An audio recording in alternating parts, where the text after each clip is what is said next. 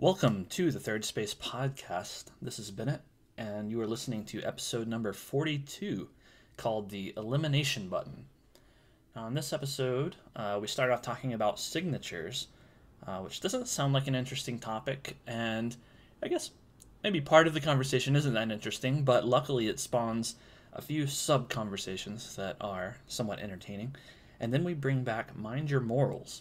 It's been a long time, certainly chronologically a long time, and I think a number of episodes since we've done Mind Your Morals. But this time, the Mind Your Morals is about a magical button that can eliminate things, and we test Daniel's moral fiber to see what he will eliminate. So, I hope you enjoy the episode. We will start it off right now. Welcome the to the Third Space Podcast. Dang it, It's Bennett. the Third Space Podcast with Bennett and Daniel. With It's no my- jingle. Ugh. No fancy introduction. Well, fine. Just Let's get. my dulcet tones. Yeah. Well, then let's just get right into it. Then One day give me things to talk about. One day we need an actual intro. But I every agree time, with you. I think- every time it just kind of slips our mind and we start, and then it's kind of like a demolition derby of verbal introduction. And I never actually have thought out what I'm going to say. In fact, it starts to enter my mind when, we do this count off thing, and around like 4 or whatever, I go, you know what? I should probably do something. It's Pavlovian. The counting makes me go, I'm about to make something up. Right. Yeah. I With don't no know. creative investment. I'm not sure at this point whether it's charming. I think we passed the charming like maybe 15 episodes ago or something, and now it's kind of like, oh yeah, man, forgot about this again. Maybe it can come around to charming. It can push through Again? annoying and back to like, just stick I with wonder it. how many waves of charming there are. Surely charming is the last one, right? Like we end up on charming and it doesn't go anywhere after that. Hopefully. That would be the ideal place to stop if you're aiming to be charming. I have a question for you. What is your signature like? I've got a big D. Yeah, okay, And but also what is my your signature. For Daniel, okay. I think it should mean something, and I imagine back in the days when handwriting was more important and almost an extension of your personality, it meant a lot more. And now, like, we sign things so often that like this digital signature has emerged where you can literally type your name, and we've decided that that's good enough. And weirdly, sometimes you can choose a font that looks, more like handwritten manuscript or whatever. But my signature it does look like a big swooping D and then just some squiggles. But not even artful squiggles. Like the D looks like the beginning of a professional signature, almost, I won't say calligraphy-esque, but it's dramatic and looks like it's the beginning of something great. And I agree, I worked on that D when I was younger, because I feel around like 7th grade or something maybe for us, and maybe this is a rite of passage for all kids. You just really work on your signature, along the time where you're drawing that S with the 6 Yeah, the vertical Superman lines, like when you're just type. doodling and stuff, and signatures become a big deal. Yeah. And like you're going to be a pro, in whatever sport it is, and you need to have a signature, and so you kind of work on that. Anyway, I don't know if I don't know if I ever had that stage where I worked on my signature. I was always kind of perplexed by signatures because, we learned how to write in cursive, and then they're like, oh, your signature. And I'm like, oh, is it just writing my name in cursive? No. It's like that, but fancier. And I never got it. Like, it's like taking your name in cursive, but making it messier and more illegible. And so, my signature was essentially just my name in cursive. Pretty legible for the longest time. Is that where the word signature, if someone has a signature move or a signature dish or a signature, Yeah. like it's their mark. Yes. And so you're supposed to take your handwriting, like, take, I suppose, cursive, but really it could be anything, and then it's your name and make it written in a way that only you write it. So if people were to compare it, they would go, that's not the right signature. Well, yeah. Yeah, So the safety precaution, I guess, initially. right, yeah. I mean, I guess it was for verification, historically. But Right. the reason why I started thinking about signatures was because earlier this week, I had to sign something for work, and it's like a spreadsheet or something, and I had to sign it, and there's a signature box, and so I clicked in the box and I typed my name, and it was just normal typing like any other cell on the spreadsheet. It just said my name in it, and I sent it, and usually that's okay, but this time they returned it and said, oh, they don't accept typed signatures, and it made me think, why not? Like, honestly, at this point, why not accept typed signatures? It's not like my signature means anything. Like, it's not consistent anymore, especially when I'm signing on a computer screen. Like, it's so arbitrary. My signature would change from day to day because, I don't do it enough for it to be consistent. So literally just the words typed out in whatever Calibri font or something is just as valid as me drawing the pixels on my screen. And I don't know, I just Yeah. thought I it's mean, silly. And it made me think, okay, so why do we even have signatures today when, at least in my case, and probably for many other people's cases, they're so arbitrary. Yours is just a D with squiggles. Mine is it's like my name in cursive, but pretty, depending on how much of a hurry I'm in, it's either squiggles or you can kind of see some letters in there. So it's pretty pointless.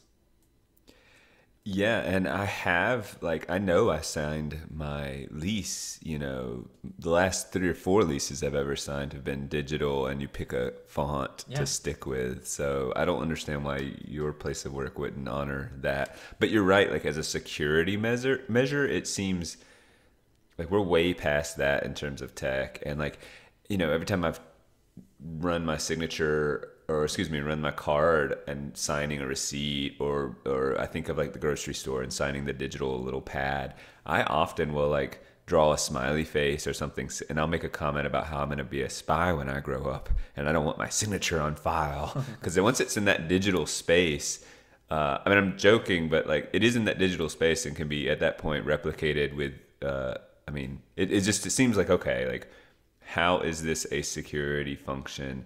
And so you're saying they sent it back to you and said, I need you to like click and drag and Yes. make a signature, which I mean is extra funny because I mean, maybe if you have a touchpad type of device, like you can touchscreen, it'd be easy to replicate if you had developed a signature, then you could do it. But if you're clicking and dragging, I mean, give me a break. Like that, the idea that you could replicate your signature. And then, yeah, the real question is why? How is this? Why are we not like maybe at a stage where if most every computer has some sort of camera on it, why not like snap a picture of you at the time you're clicking agree? Or that could be weird. I'm not saying I agree with that, but that seems like What's at better for least, verification? Yeah. yeah, seems more logical than handwriting, which can be easily replicated. And then you got me thinking about signatures as valuable for, you know, memorabilia. And so like John Green's book, Turtles All the Way Down, I paid an extra $10 to get a signed copy. And you know, just because like that's kind of cool, and like without thinking much, it's like I really like his books. That's the He's guy. coming out with a new book. That's the guy from the Green Mile. Yeah, yeah, because you know his name's John Green, the John Green Mile. I like that movie. So I was just he, trying to I even figure wa- if it was worth the $10, and it sounds like it is. So well, to me, it was an easy call of yes, but when I actually think about it, what do I? Okay, so I watched a video and how he had this thing where he was like, he talked about how it was interesting. It makes you kind of like lose focus. He has to sign thousands of these copies, so they send him, you know, plenty of markers and these stacks of paper, and then he signs them quickly. And I've seen his signature. It's obviously it's very like, I mean, it is you know, a squiggle at most, because he's signing thousands of these. And I wonder if he changed his signature because of that. I've wondered that. Anyway, so he has stacks and stacks and stacks of paper, and he's having to sign thousands a day to meet some deadline. And he talked about his wrist, and just, it, you know, it was, if I recall, it was an interesting video. It doesn't sound interesting, but the point is, then they go, and then when they're binding the books, they slip that in, and you have your signed copy. And somehow that like means something to me, because why? I'm having a hard time justifying, like, he touched that singular piece of paper and squiggled the line, like the ink from his pen was on that. But like, that is not actually, I mean, we obviously do value signed memorabilia. I can imagine, like, just some major athlete or politician rarity, or something. Right? It's the rarity of it. And presumably he only signed, 1,000 books, and Yeah. there'll be 10,000 sold or something, and you have, a rarer book. That's really it. It's not, I mean, maybe you can tell me if I'm wrong, but it's not about the sentimental value, because, yeah, I mean, he didn't. Sentimental would be if he said, like, to me or Yeah, whatever. sure. Yeah, if it was Hey, a Daniel, personal, yeah. if you came to an event and said, "Oh, I loved the book, will you please sign it? My name is Daniel with a big D," and Big D Daniel. and then he wrote a little message or something. But that's not the case. Like, I would argue even that the signature means less than the words of the book, the actual content of the book, because he put his Right. thought into that, and he's probably considering his audience when he wrote that. But the signature is just, I mean, totally illegible, scribbled out in a minute. He was probably annoyed when he did it because his wrists were hurting, and he only salvaged it by making a video whining about how achy his wrists were after the process. I'm not doing the video justice. He had some interesting comments to make about, like, why is he doing this, and like. But anyway, my wrists hurt. I'm too. it wasn't a popular. complaining video. As much. I'm so popular. I have to sign a bunch of books, and my wrists hurt now. I mean, can you imagine that, like, For a if big movie it's become star, this- I mean, you would think he would have figured that out by now. Do you think this is just to satisfy a big movie star?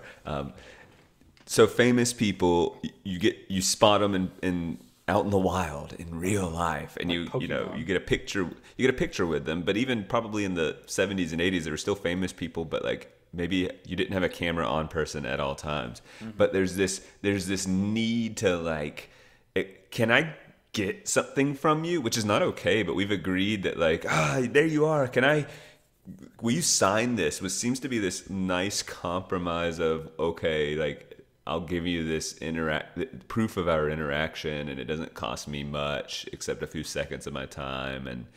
And so we landed on signatures being like the way to up the value of or I don't know if up the value, I don't know what to say. I just am like, we landed on signatures being the thing famous people will give to us non-famous folk, and it seems kind of sad. Hey, sign this. Like, okay. Well, so what's the purpose of an interaction like that? Like, from the fans' perspective, it's kind of what you said. Oh, I found a celebrity. It's someone rare. This is a rare interaction. My friends are never going to believe me. I need some token that I can show them to prove that it really happened. And yeah, before you could take selfies with people, then what is it that you can quickly and easily get from someone that can prove their identity? Well, we didn't have DNA tests really, so a signature, that's about as good as it. It's about as good as it gets, right? Like, you can hand So them we a should pen. do DNA stuff now. Can I have some of your DNA? Can I have Spit some on me, saliva? please? Give me some of your saliva, John Green. Yeah, so hand them a pen and a piece of paper, and they can give you their signature, and that works. From the celebrity's perspective, what's the value of that situation? I guess it's to be liked by your fan. You get some validation that you're liked, whether that's shallow or true or deep or not. Who knows? But in a utilitarian manner, it ingratiates you with your audience. It makes them think, oh, he's a really cool, down-to-earth celebrity guy who will just, give you a chat and sign this thing for me. He's awesome. Right. And that spreads, and you become more popular and more liked. So I assume that's the reason to do it, to give signatures. At least that's Well, when yeah, I give people my autograph, that's the way I think about it. you can offer up something without it costing you much. Because what if it was like that? What if it was like rich people were expected to give a little of their money? Oh my God, it's you! You have a lot of money. Like, Give me $10. give me $10. And it was, I just found the signature thing a little unusual when I think of it that way. And then you walk away with it and you have this piece of paper or a book or whatever, especially if it's a random encounter and you just kind of grab out like, your sandwich bag or something, and they sign it, and then you're like, okay, because that's what I'm always carrying, really a brown paper bag. Yeah.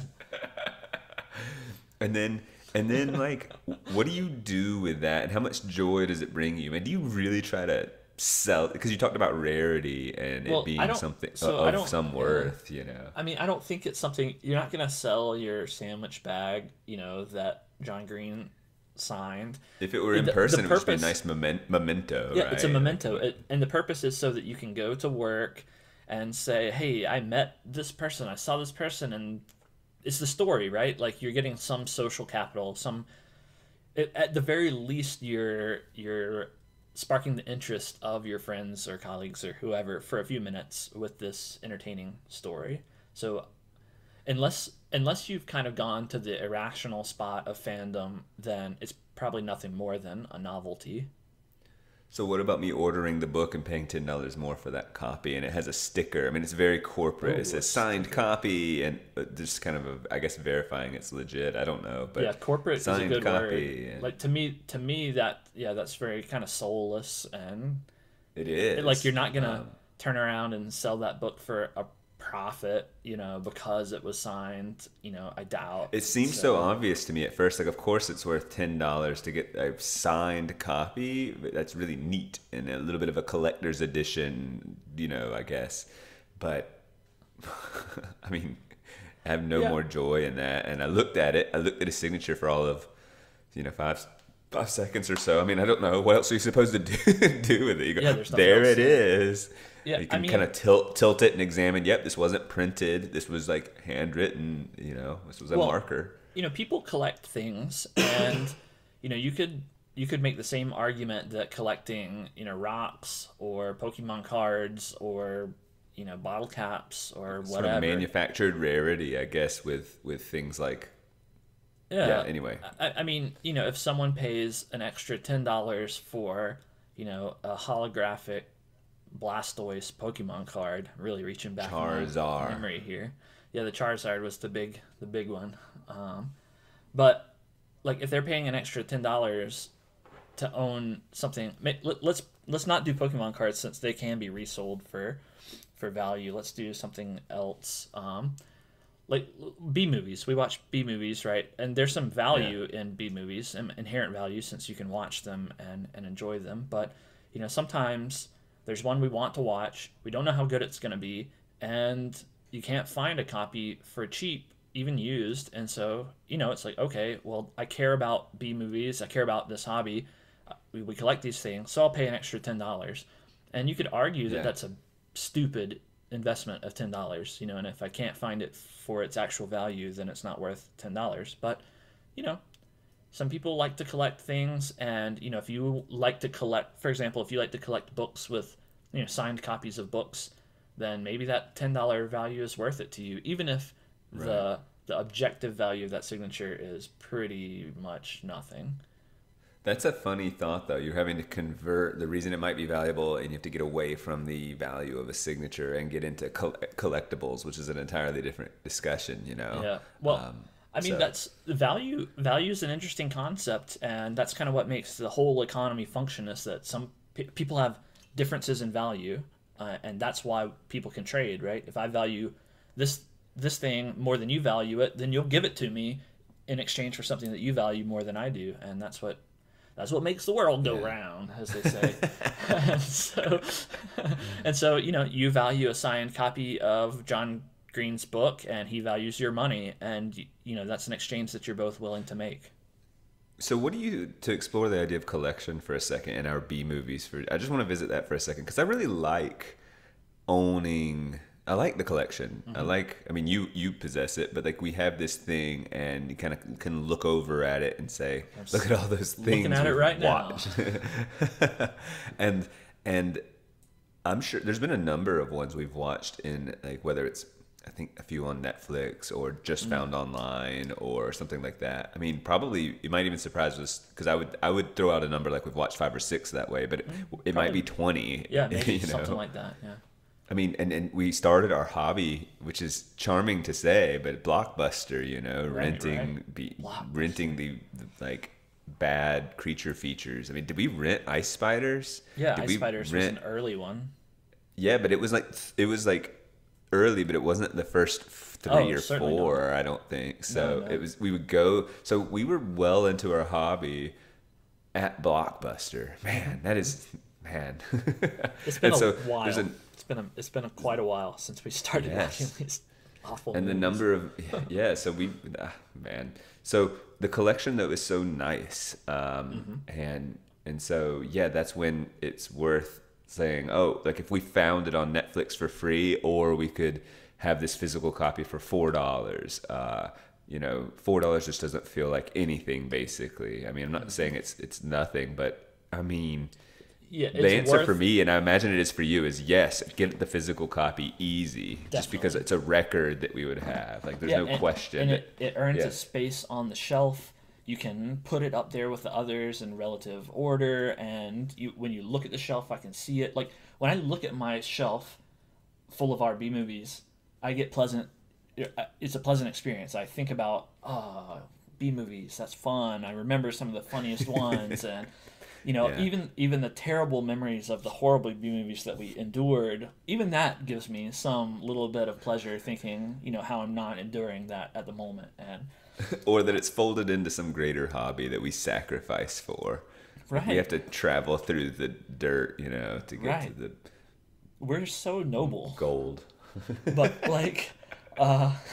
but the digital ones, I mean, I would be hard pressed to remember them at all. They just kind of go into my memory and then kind of evaporate out. Like, I mean, I don't remember all that many that we've watched digitally, I mean, because I don't know, they just don't stick around.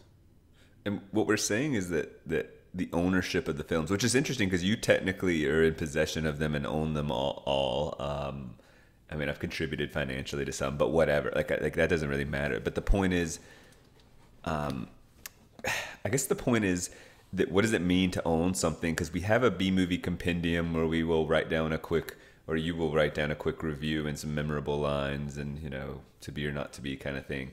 But so we have a way of cataloging it. So there's no fear if we were to watch it on a streaming service that we would we have a record keeping thing. So we've got everything aligned and yes, we have watched it. But what does it mean to own it? Especially me, I don't own it yet. I want it owned. I want it because it's our it's not just a catalog, but I want that shelf. I want it. I also am beginning to, now that we're getting even into a more and more streaming and digital society, I'm actually getting some additional benefits of this is retro. I love retro gaming. I watch a lot of the, videos on retro gaming, and I bought the Super NES with all, the hacked one with a bunch, literally the whole library. Right. I haven't played it all that much, but there's something so fun about retro stuff. And now it's getting to where putting a DVD in is a retro thing to do. That's funny. Yeah. I'm being serious. No, though. I mean, I know you're right. I mean, DVD is already retro, right? Because now it's Blu-ray, and Blu-ray is even old kind of at this point. Blu-ray is also, people aren't, I don't think there's a big market for Blu-ray players and stuff. Right. I'm sure there is. You could go order one, no problem. But I bet you could order one off of Amazon easily. But I don't know. If you go into Best Buy right now, would there be a section with 10 Blu-rays? They would have some. I mean, even Best Buy is kind of retro. Buying electronic things, in a store is getting. It's getting there. Stores are retro. They have their own brick and mortar. Strange term, brick and mortar. So mid 2000, yeah. Well, that's so there are two directions I could take this topic. Like on the one, there's the physical versus digital sort of thing, and I'm I'm the same as what I perceive you to be, which is I like to have a thing. I like to have a tangible thing I can hold in my hand and say I own this, and no one can take it away from me without breaking in to my home and physically taking it from me. Like otherwise, it's mine. Whereas a digital thing, it's stored, on your computer if you're lucky, which your hard drive could crash and you could lose it, or on a server if you're unlucky, and they could just decide at any moment, nah, you can't access this anymore, or behind some paywall on Netflix or whatever. And so digital assets I really dislike for that reason, and that's why I make backups of. I have a ton of music. I have backups for all of it. Anything I have on my computer, I have backups of it, so that hopefully it won't fail, and I'll still quote unquote own it, even though it's not Yeah. physical media. The other direction that I could go is, you said that you like retro stuff, and we've probably tread this ground. I can't remember if we tread it on the podcast or not, but like modern creations are devoid of soul, essentially, broadly speaking. Not all of them, obviously, but everything is a sequel, everything is a reboot or a reboot of a reboot or a remake, and like it's almost as if nothing original is made anymore. Even people would criticize that statement, nothing original is made anymore, and they would say that everything is derivative of something, whether it's Shakespeare or some Greek plays or some other nonsense. But now Some other nonsense. now we don't even make the effort to put our own unique twist on it. It's just another Spider-Man, but this time he's gay, or it's another Spider-Man, but this time I don't know, he's just a different actor, but we're going to tell the same story and have the same villains or whatever. Right. So like that's why I think retro is valuable to you, and probably why it's popular broadly, because when you play something, look, you play a Super Nintendo game, that's when video games were still fresh, and when they were made by small teams of creative people pushing their limits, and you could tell that it was something they poured some love and creativity into, and that's why it stands out. And you can feel that it comes through in the medium that you're playing. And something it's easier special. for me to feel because I was alive during that time too. So I imagine all the reasons you're saying are true, but it would also grab the current 15-year-old just as much as it would me, at least in abstract, the way you're describing it. But the reason it's going to grab me, or more likely to grab me, is there's additional components of, oh man, I mean, I think everyone kind of likes to there's a thrill for me in going, oh, I forgot about that, or wow, it does hold up, or this is familiar to me, and it's warm to a simpler. It calls back to a simpler time in life, I guess. So those are additional layers. But I mean, you're right. Everything you said stands on its own. I mean, you would even enjoy things from the 80s, right? Like, and we were barely alive in the 80s. No, that's true. But even though we didn't experience that stuff, we still it gets lumped in with retro, and we still enjoy the 80s themed stuff. I mean, part of me, if I ever own a home, I want to turn a basement into like a 80s, 90s, like couch, like an old couch with a tube TV, and set up some Super Nintendo and N64, and I know N64 is later 90s, but and then wouldn't that be a cool place to watch the B movies on an old TV? Yeah. Like I feel I'd actually rather do that than a big screen with fantastic. If you do that and get a VCR, yeah. If you get a VCR, then that drastically expands our B movie possibilities, because actually a lot of movies on our list aren't available on DVD or Blu-ray. I would totally do that, and the TV I would get would probably be some sort of brown wooden cabinet looking thing if if I could find one. That was how our TV was for the longest time. Like, it was a piece of furniture. It wasn't. It wasn't a piece of technology. It was a piece of furniture with a piece of technology smacked in the middle of it. Smacked in it. And it sat on the ground and was probably really little and very heavy. Very heavy. Yeah, gosh. Yeah, that's how ours was growing old up. TVs are wild. I mean, like, in a way, it seems like we've regressed, because tube TVs, they're cathode ray TVs. It's a big thing that shoots electrons at a screen. Like, it's a launcher of electrons. That's what it was, and it was very complex. So when you turn it off, it would come to the center, Yeah, yeah, it'd be and like a that's white why dot it would instead. emit static electricity. You could put your arm near it, and your hair would stand on end. I'm sure you did that as a kid. Yeah, Um, and it uses like magnetic fields to aim the electrons essentially, and there's chemistry with the layer of phosphorescent stuff they put on the back of the glass. Like, there's a lot of complex science going on in an old TV. In a new TV, we're just gonna make pixels really small and cram as many as we can into a big flat piece of plastic, and that's basically what a modern TV is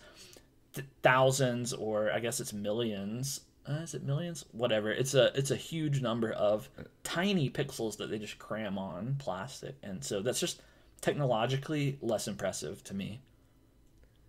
Yeah, yeah. But I mean, obviously, you get a nice, cool experience with it. So, Well, I but mean, yeah, sure, like they're aesthetically, the devices can be aesthetically pleasing, and you can get a they're sharper image. lightweight. I'm They're not saying, remarkably lightweight. yeah, I'm not saying I don't enjoy modern TVs. I do, and actually their value is they're one of the most valuable technological items we have, because you can get a really decent TV for $200 or $300. So they've definitely become more affordable. But Yeah, and the just from a screens are pure everywhere. science, Even in kids' toys now, like screens, for like throwaway kids' toys can be pretty great. So right? That's true. Weird, so weird. Because I remember, like, I don't know, like you remember you used to have these little. When DVDs first kind of came around, you could get car DVD players that were these little like, little fold up screens, things. that would fold, and then you could press eject, and the little lid would pop open, and you could put your DVD in there, and it would probably skip a lot because that was a Yeah, or time like when. PlayStation had a little thing where a little add-on Oh thing you yeah, pop yeah. on top of it. I didn't have a PlayStation, by I the didn't way, but I didn't like, either. oh man, the idea because we would be on the van a lot to visit my brother. Like my parents were sort of against me. Just here's some technology. I'm kind of glad they took that stand, but man, I was like, are you kidding me? I could play video games in the car. That's Right, not just right. the Game Gear or the Game Boy. Like, wow, that I was sort of like remember. fantasy world to me. I remember one time. This must have been around ninth grade or something. It was when Halo. I was really into Halo when Halo was new, and we would all get together and play multiplayer Halo. And someone, I don't remember who it was, but their parents had a big van, and their van had an electrical outlet in it, and so they put their TV, which at the time these were tube TVs, in the van with their mega Xbox, which was also mega, and it like took up an entire seat of like the middle of the van, but put it in there, and they were like, "Oh, I could play Halo in the car. It's so awesome." That is so cool. It was cool, and like I think we even like went and sat in the van to play Halo once, just because it was so cool to be able to play it. Because how unique that is. And then like Pimp My Ride was getting when TVs were starting to get smaller and what they put them all in the Yeah. headrests, and I was like, this is gonna be the thing where everyone. There's TVs everywhere. Yeah. And now I wonder if you were to go buy, say, a minivan, because you're going to buy a minivan presumably because you have kids and this is a functional thing. Like, do they have just like I'm imagining the console in the center, or like where the at the top would yeah. just like TVs fold down, but like Yeah. instead of buying additional things, they would just come in a minivan these Yeah, days. I think they do in some, like, well, at least sometimes when I'm driving down the road behind a minivan, I can see the little screen, hanging from, kind of in the center. Right. Up Like where sometimes you would- multiple, right? Like Yeah, if yeah. there's 2 rows, there might be 2, and you just turn on the volume and get surround sound from your car. and I try to drive really close to them so I can watch and enjoy along with their family, whatever Yeah. movie they're watching. Wow, Monsters Inc. So cool.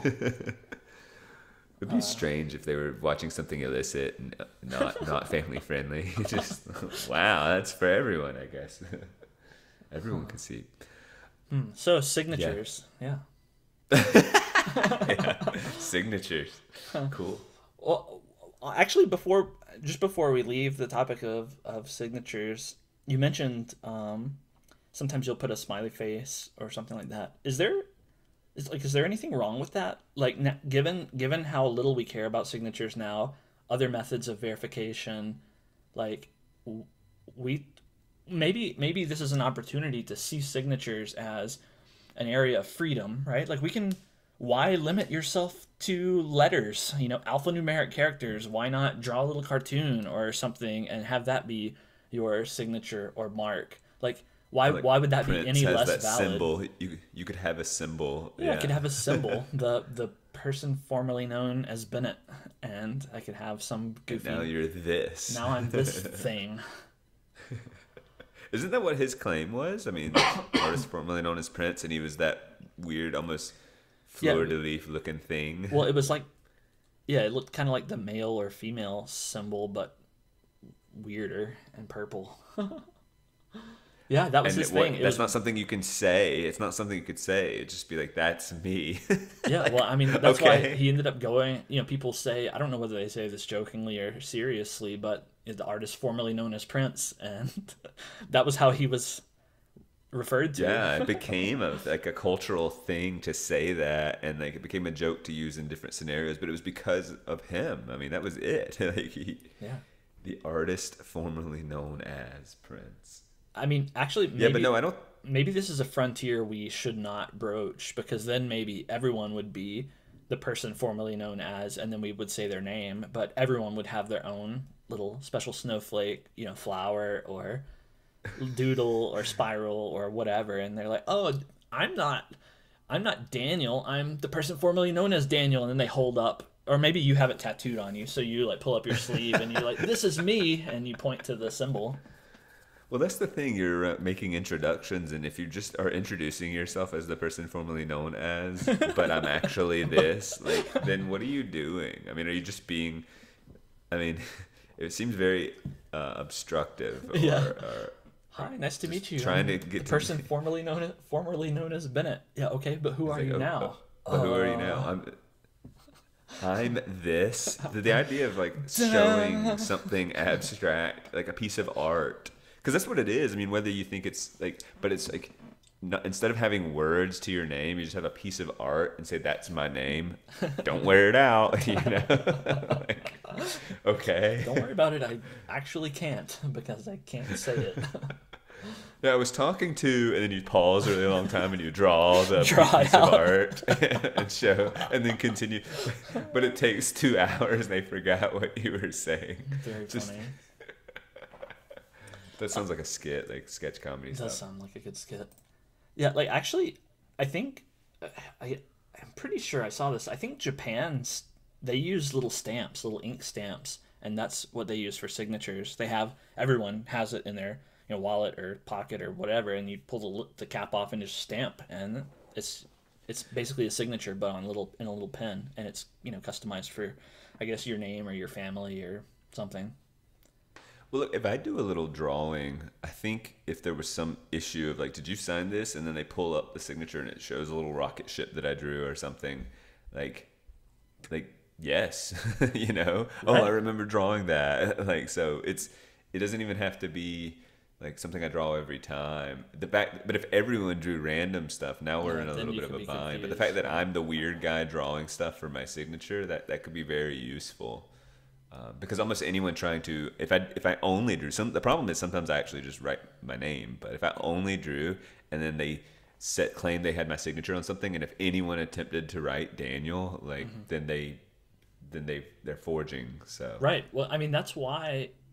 I mean, that's my whole complaint about signatures is because, if the bank called me and said, "Oh, hey, we just, we got your signature on this thing, this check or something, like, did you sign this?" And I look at it, I wouldn't know.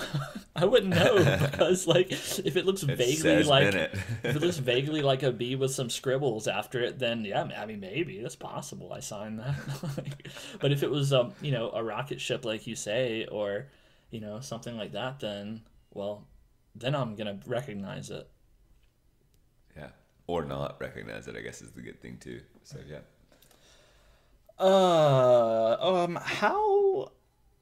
How moral are you feeling today? Would you say? Pretty moral. This moral. Oh, I think you can make some moral judgments. I think I'm ready to really moralize and proselytize and subsidize and Oh yeah. let's get moral. Let's get moral. Let's get moral. That'd be a good rap song. Um, all right, so I have a Mind Your Morals for you. It's been a long time since we've done one. I had them categorized by mild, medium, and spicy, and today's is a medium, a nice smooth medium. Mind Your Yeah. Morals. Do you find that like that is it the same as like the superpowers and drawbacks, in that the small ones can be more interesting, or they can be No. less interesting? Like interest, it's not a scale of interest though. It's Like kind of a scale of impact, maybe, or like I guess how outlandish it is. Like I would say a mild one would be a pretty realistic scenario that you might actually encounter. yeah, But like leaving shopping carts or putting them back, right, or that right. kind of thing. Whereas a spicy, we've done before, would be something like a wormhole that opens to another dimension. Yeah. Okay. Got it. So this one's kind of Give me my medium. medium moral. Medium moral. Mine- Sunday. All right, so one day you come home from work, you open your door to your apartment, you walk in, and suddenly there's a blinding flash of green light. And when the light fades, right in front of you is a little end table.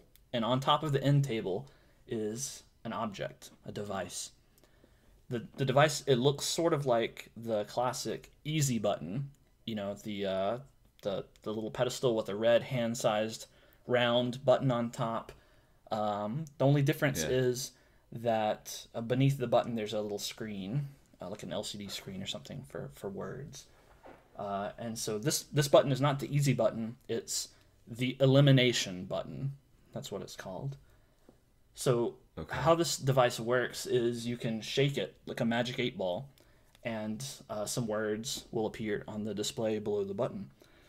And if you press the button, everything that matches the description on the screen is magically eliminated from reality, totally gone. Now, this elimination process, if you eliminate something living, it's totally painless. There's no suffering involved. It just instantly disappears. And since it is a magical elimination, there's no extreme social society doesn't notice that there was a sudden change. So if you eliminate shopping carts, if you eliminated shopping carts, the grocery store people wouldn't suddenly go, "Oh no, our shopping carts disappeared." It would just kind of seem normal. They might realize now that their customers are having a harder time. There's a need for getting the groceries in some Right. sort of vest. Yeah. Right. But they don't quite understand why. It's just confusing a little bit, but no one thinks explicitly, "Oh no, someone must have disappeared all of our shopping carts." Like that I doesn't can get happen. there. I can suspend that disbelief. Yes. Yeah, it's just like So kind that's of what like I'm. a what? Okay. Yeah, I'm having to ask you to suspend that disbelief that via magic, the elimination button makes it so that there's no immediate social uproar. Now, that doesn't mean that there aren't long-term effects from things that get eliminated. So if you, for example, if you eliminated poverty, then yeah, immediately maybe everyone via some magic process is no longer wanting. But that doesn't mean that money wouldn't change hands over the next 10 years and end up with some people being poor again. So do you understand And how I think it I works? do, because originally I didn't understand if it was going to be like a person's name or It like can be some anything. random items, but it can be, when you say it's something like shopping carts, that means all of shopping carts. Yeah. It's not two shopping carts in Nebraska or something. Everything in all of our reality. So is these are eliminated. these are absolutes. It'll show an item in absolutes. Yes. Okay. Right. And then I have the decision. to press the So button. you're going to give me a series of morals, Yes. basically. Yes. Okay. I've got a series. So and you shake it, and like a magic 8 ball, whatever's on there disappears, never to appear again, and something new shows up there. Well, before you even get into this, why would I? I guess there's some questions of why would I even engage, and why wouldn't I just immediately say, you know what, I don't. I'm giving you my thoughts as they're fresh, just sort of like, I don't want to. I'm not God. I don't like this idea of having an undue influence that I didn't earn. That's already morally suspicious, and I could just say I'm out and not entertain any of them theoretically. Okay. I mean, let me touche you there. Like, you are a human being with agency. You interact in the world every day, and you subject it to your will. You change it to become Right. more like how you want it to be and less like how you don't want it to be? And what gives you that right?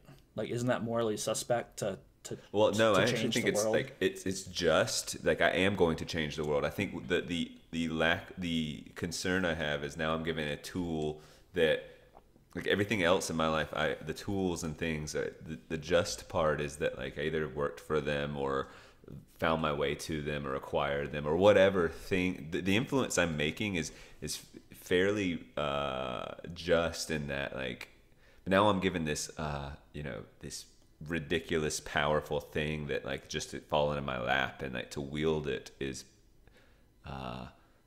there's some arrogance that has to go along with that, So I don't. possibly. I mean, I see what you're saying. I don't see the distinction in.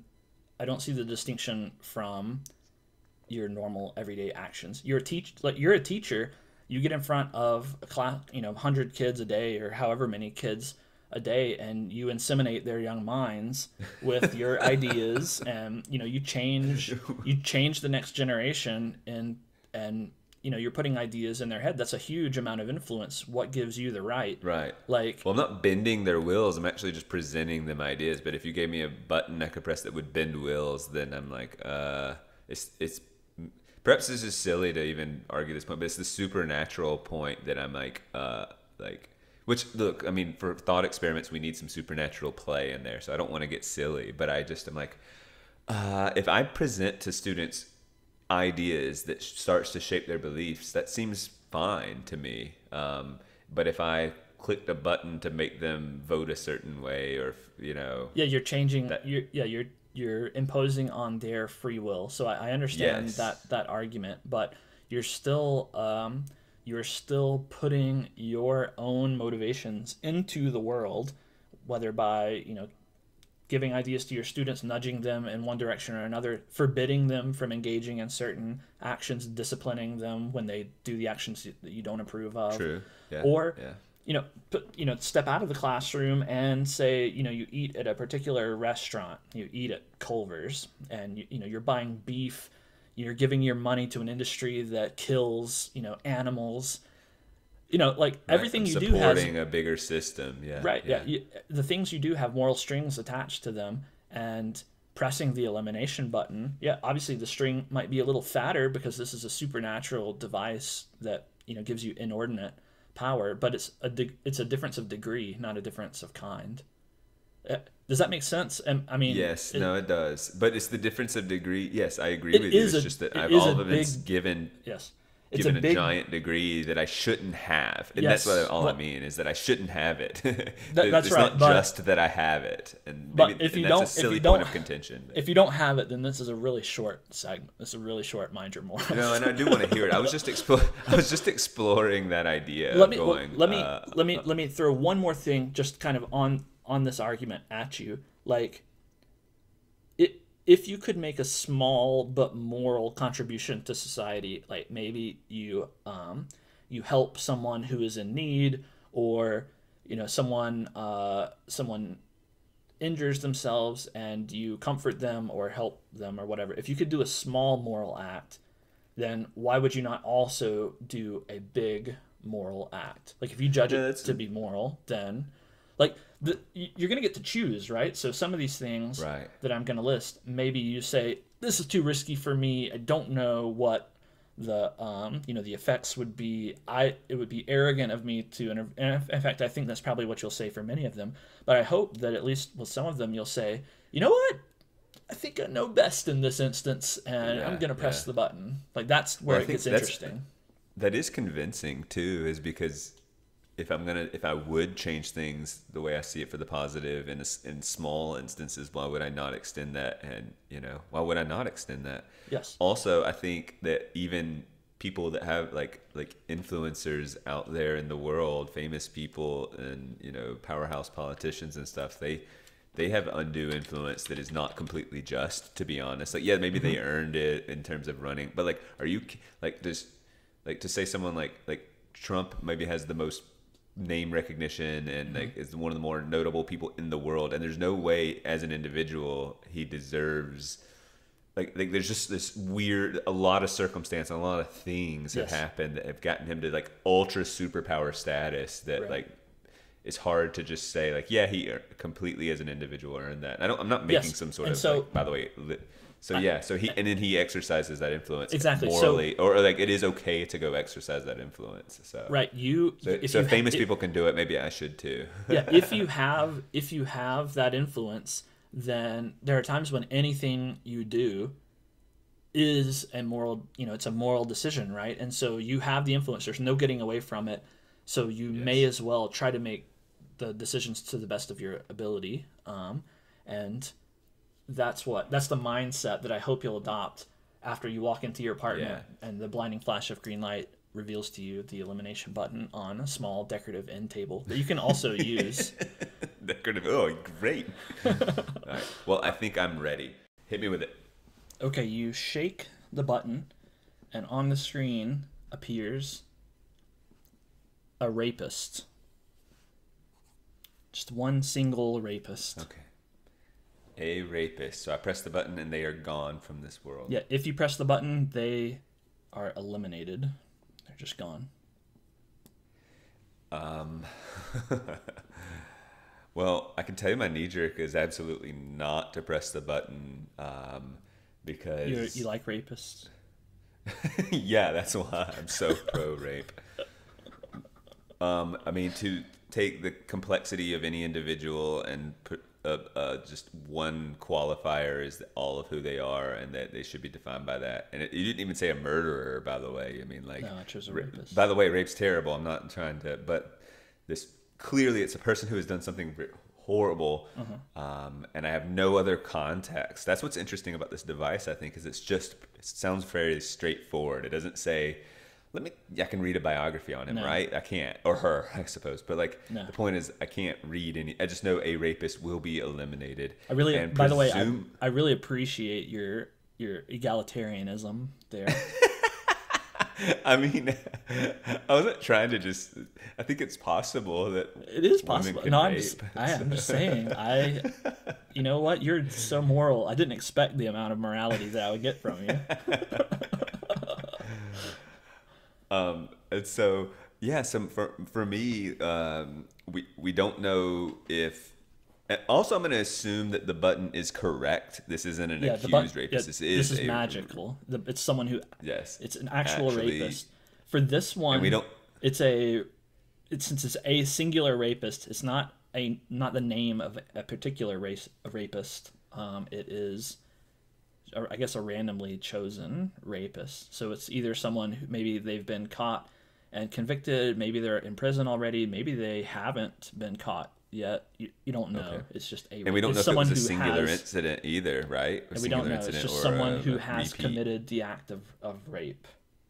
Yes, and so that is just if you had said, well, I don't know what you have, but like repeat rapists who that's their fundamental quality of life, and they haven't been caught, and they're going to continue to do so, and that's about all they do, and then I'm more inclined to press that button. But I don't know. That's not the question. So given the information I have, I'm not pressing the button because I don't know if like they did it once, repented, contribute to society.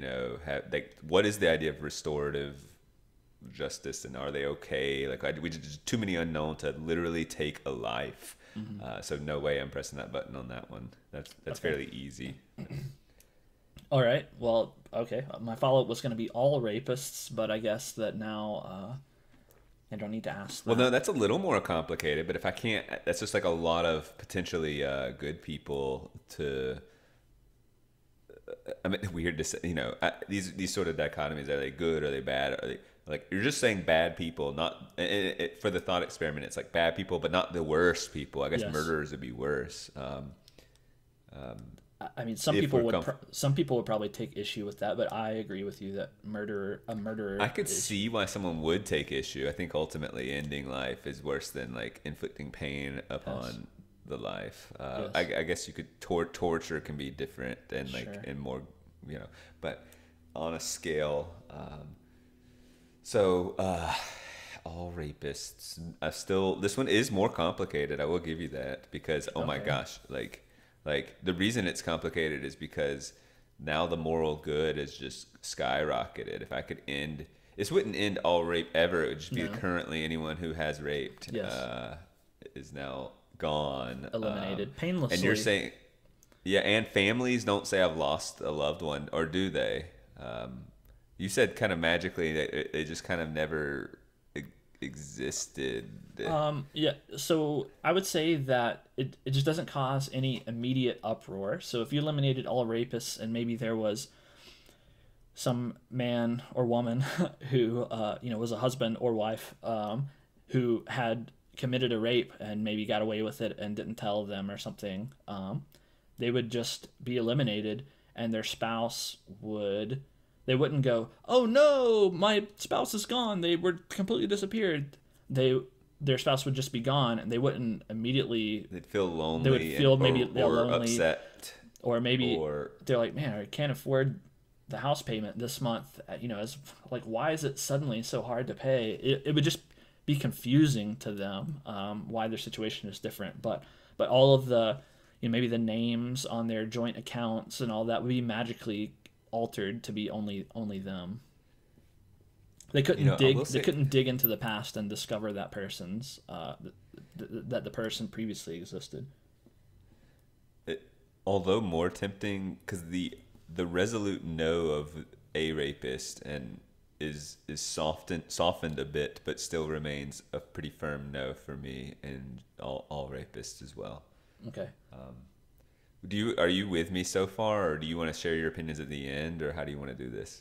No, I guess if I'm going to share my opinion, we should do it up front, I suppose, as we're going through it. I think I'm with you. I think I'm with you for that. I mean, simply because, like you say, a rapist. I mean, it gets morally difficult. They did commit a terrible and reprehensible act that they should be punished for. The question is, what should the punishment be? And is it better for society to eliminate them completely? Does the benefit for society outweigh their right to continue to exist? Currently, as far as I'm aware, rape is not a capital offense. We don't execute people for rape. I think that's correct, right? That sounds correct. I think that's right, at least in most states in the U.S., if not all states. And so, that means that pressing the elimination button and just disappearing a rapist is essentially killing them. I mean, I said that it's painless and there's no suffering involved, but their existence is ended. So maybe, at least based on our current jurisprudence, that's a bit of an overreaction. For murderer, my decision might be different. So I didn't have that one written down. My next one was all criminals on death row. So how about that? That's close. Okay. Pretty close to the mark. All criminals on death row. Okay. That's interesting. I suppose this will reveal whether or not I have a lot of faith in the system, that if there's someone who is, I doubt innocent such a strong word, completely innocent. I doubt anyone's super innocent on death row, but maybe not. All right, let's make it easy. What if it says all guilty criminals on death row? Okay. I mean, this would be practical. It would be quicker. It's kind of like an inevitability anyway. Mm-hmm. I mean, I suppose there's some appeals and things people could make. Do you know what I mean? Like, mm-hmm. They could be it could prolong it, and who's to say? I guess is their quality of life in that end stretch worthwhile is sort of what this teases out. But if they are guilty, they're going to die anyway. We're sort of just funding this long, drawn out. I think they're usually very long and drawn out. These, and I think it's years. This might be a little. I might surprise myself. I'm kind of leaning toward yes right now, mm-hmm. Just because this will be happening anyway. I think there's a lot of nonsense that will go into delaying, and I think at some point, this absolves me of whether or not because I'm so torn about death penalty stuff, and I think we've talked about that, but this is not a debate about whether it's just sort of a time frame. Yes. And it would clean things. It would just it would simplify some things. Mm-hmm. And so I get to kind of sidestep the moral issue of taking someone's life here. And I'm doing it fast. I mean, I still am actually, but I'm doing it faster. So it's not really. I mean, it might even be a mercy in a way because this is a painless, instant elimination. Whereas, Yeah, you're right. Actually, yeah, you've just convinced me because whereas there's some unknown, even though that might be the injections lethal and stuff, like injection or whatever. seems humane, I suppose, but like there's got to be some unknown, but we're certain in this thought experiment. So, Yes. given the certainty and the speed, I'm pressing the button. Yes, pressed. Boom. Yeah, I think I agree with you. I mean, I think that it's preposterous that we pay to keep people on death row for years and years when they're definitely guilty with, beyond all reasonable doubt, and they're condemned. And these are the worst of the worst kinds of criminals, and we just kind of keep them around. And, the argument that you kind of mentioned about, maybe there's some value to their quality of life even in prison, that's irrelevant. They've already committed the crime. They've been condemned. There's no reason to let them, hang around. Should be quick. If there's no possibility of error, obviously, if there's possibility of error, then that's when you might want to slow down. But that should be for the proceeding process. Well, also, does spirituality play a role if you believe in the afterlife and their ability to obtain it still, and they haven't yet come around? But Okay, is that's it an our interesting point? Yeah, so we're not get redemption for their soul kind of thing, a bigger thing. But they get so messy, they get so messy for a. Yeah, that's just I'm pressing the button. Yeah, I'm I think pretty comfortable with it. I'm pretty comfortable with that too. All right, so that got pretty heavy pretty fast. So you press the button, all criminals on death row are immediately eliminated. You heave a sigh of relief, and then you pick up the button and shake it again. Put it down, and on the screen appears mosquitoes. Oh, what I would do is obviously I would they're such a pest, it seems, and I hate them. I don't understand their role in the ecosystem and how they like what the hell would happen. So if I'm unable to go do any research, I'm scared that pressing the button could send us into some upheaval, mosquito effect type thing, and things get out of control with our ecosystem. But if I learn that they're just this sort of, they just make people itch, and their value of life is so insignificant to me.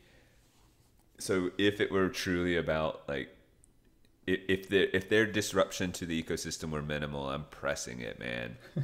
But and I'm happy about this one, I just feel like There we go. I told you, maybe using the button isn't a moral bad. Maybe there's.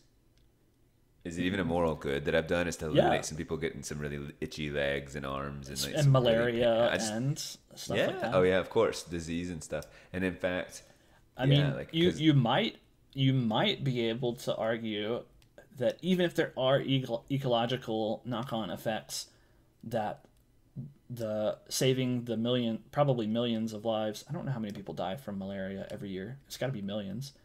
Saving those lives is worth the ecological cost, because surely there are other things that can fill the ecological role that mosquitoes do. Yeah, I mean, I would think that there is. Yeah, are they really sustaining some higher level stuff? I just don't think. I mean, I don't know. I'm I don't sure know the domino that effect. there's some birds and other insects and maybe frogs and stuff that eat mosquitoes. But if you told me there'd be a few birds that were no longer, extinct, yeah, went extinct, it's I'm. I don't know, man. I feel bad for saying okay, that's kind of sad, bummer, but yeah, but mosquito bites itch. Right. yeah, I do feel that way. And also, like you said, malaria. I was goofily overlooking the idea because in my privileged life, mosquitoes aren't this I'm gonna die from mosquitoes. I wasn't thinking that way, but yeah, the disease they carry is very real. So I think you're right that I would definitely get rid of a couple of birds if it meant no more mosquitoes. Yeah, exactly. If that were the cost, yes. And that might be realistically the cost. It might not even be that significant, right? It might just be like we lost a beetle that you've never heard of before, or I don't know. Yeah. I just don't know, but yeah. So I certainly don't like there. Yeah, I'm. Well, it's unknown, but I'm leaning heavily toward yes, given that I can't research it right now. Yeah, But like, sure. yeah, I would go pretty far down that road of some small ecological impacts and still press the button. Yes. So I think I would press it. I agree with you. Like, since we're in hypothetical bold land, I'm pressing it. Like, I'm doing it.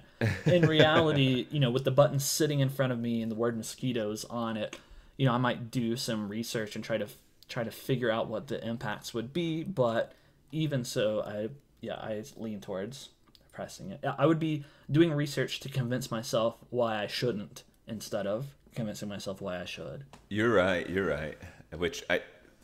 We should be doing it to convince us why we should, but you're right. You're gonna have to really convince me not to. Right.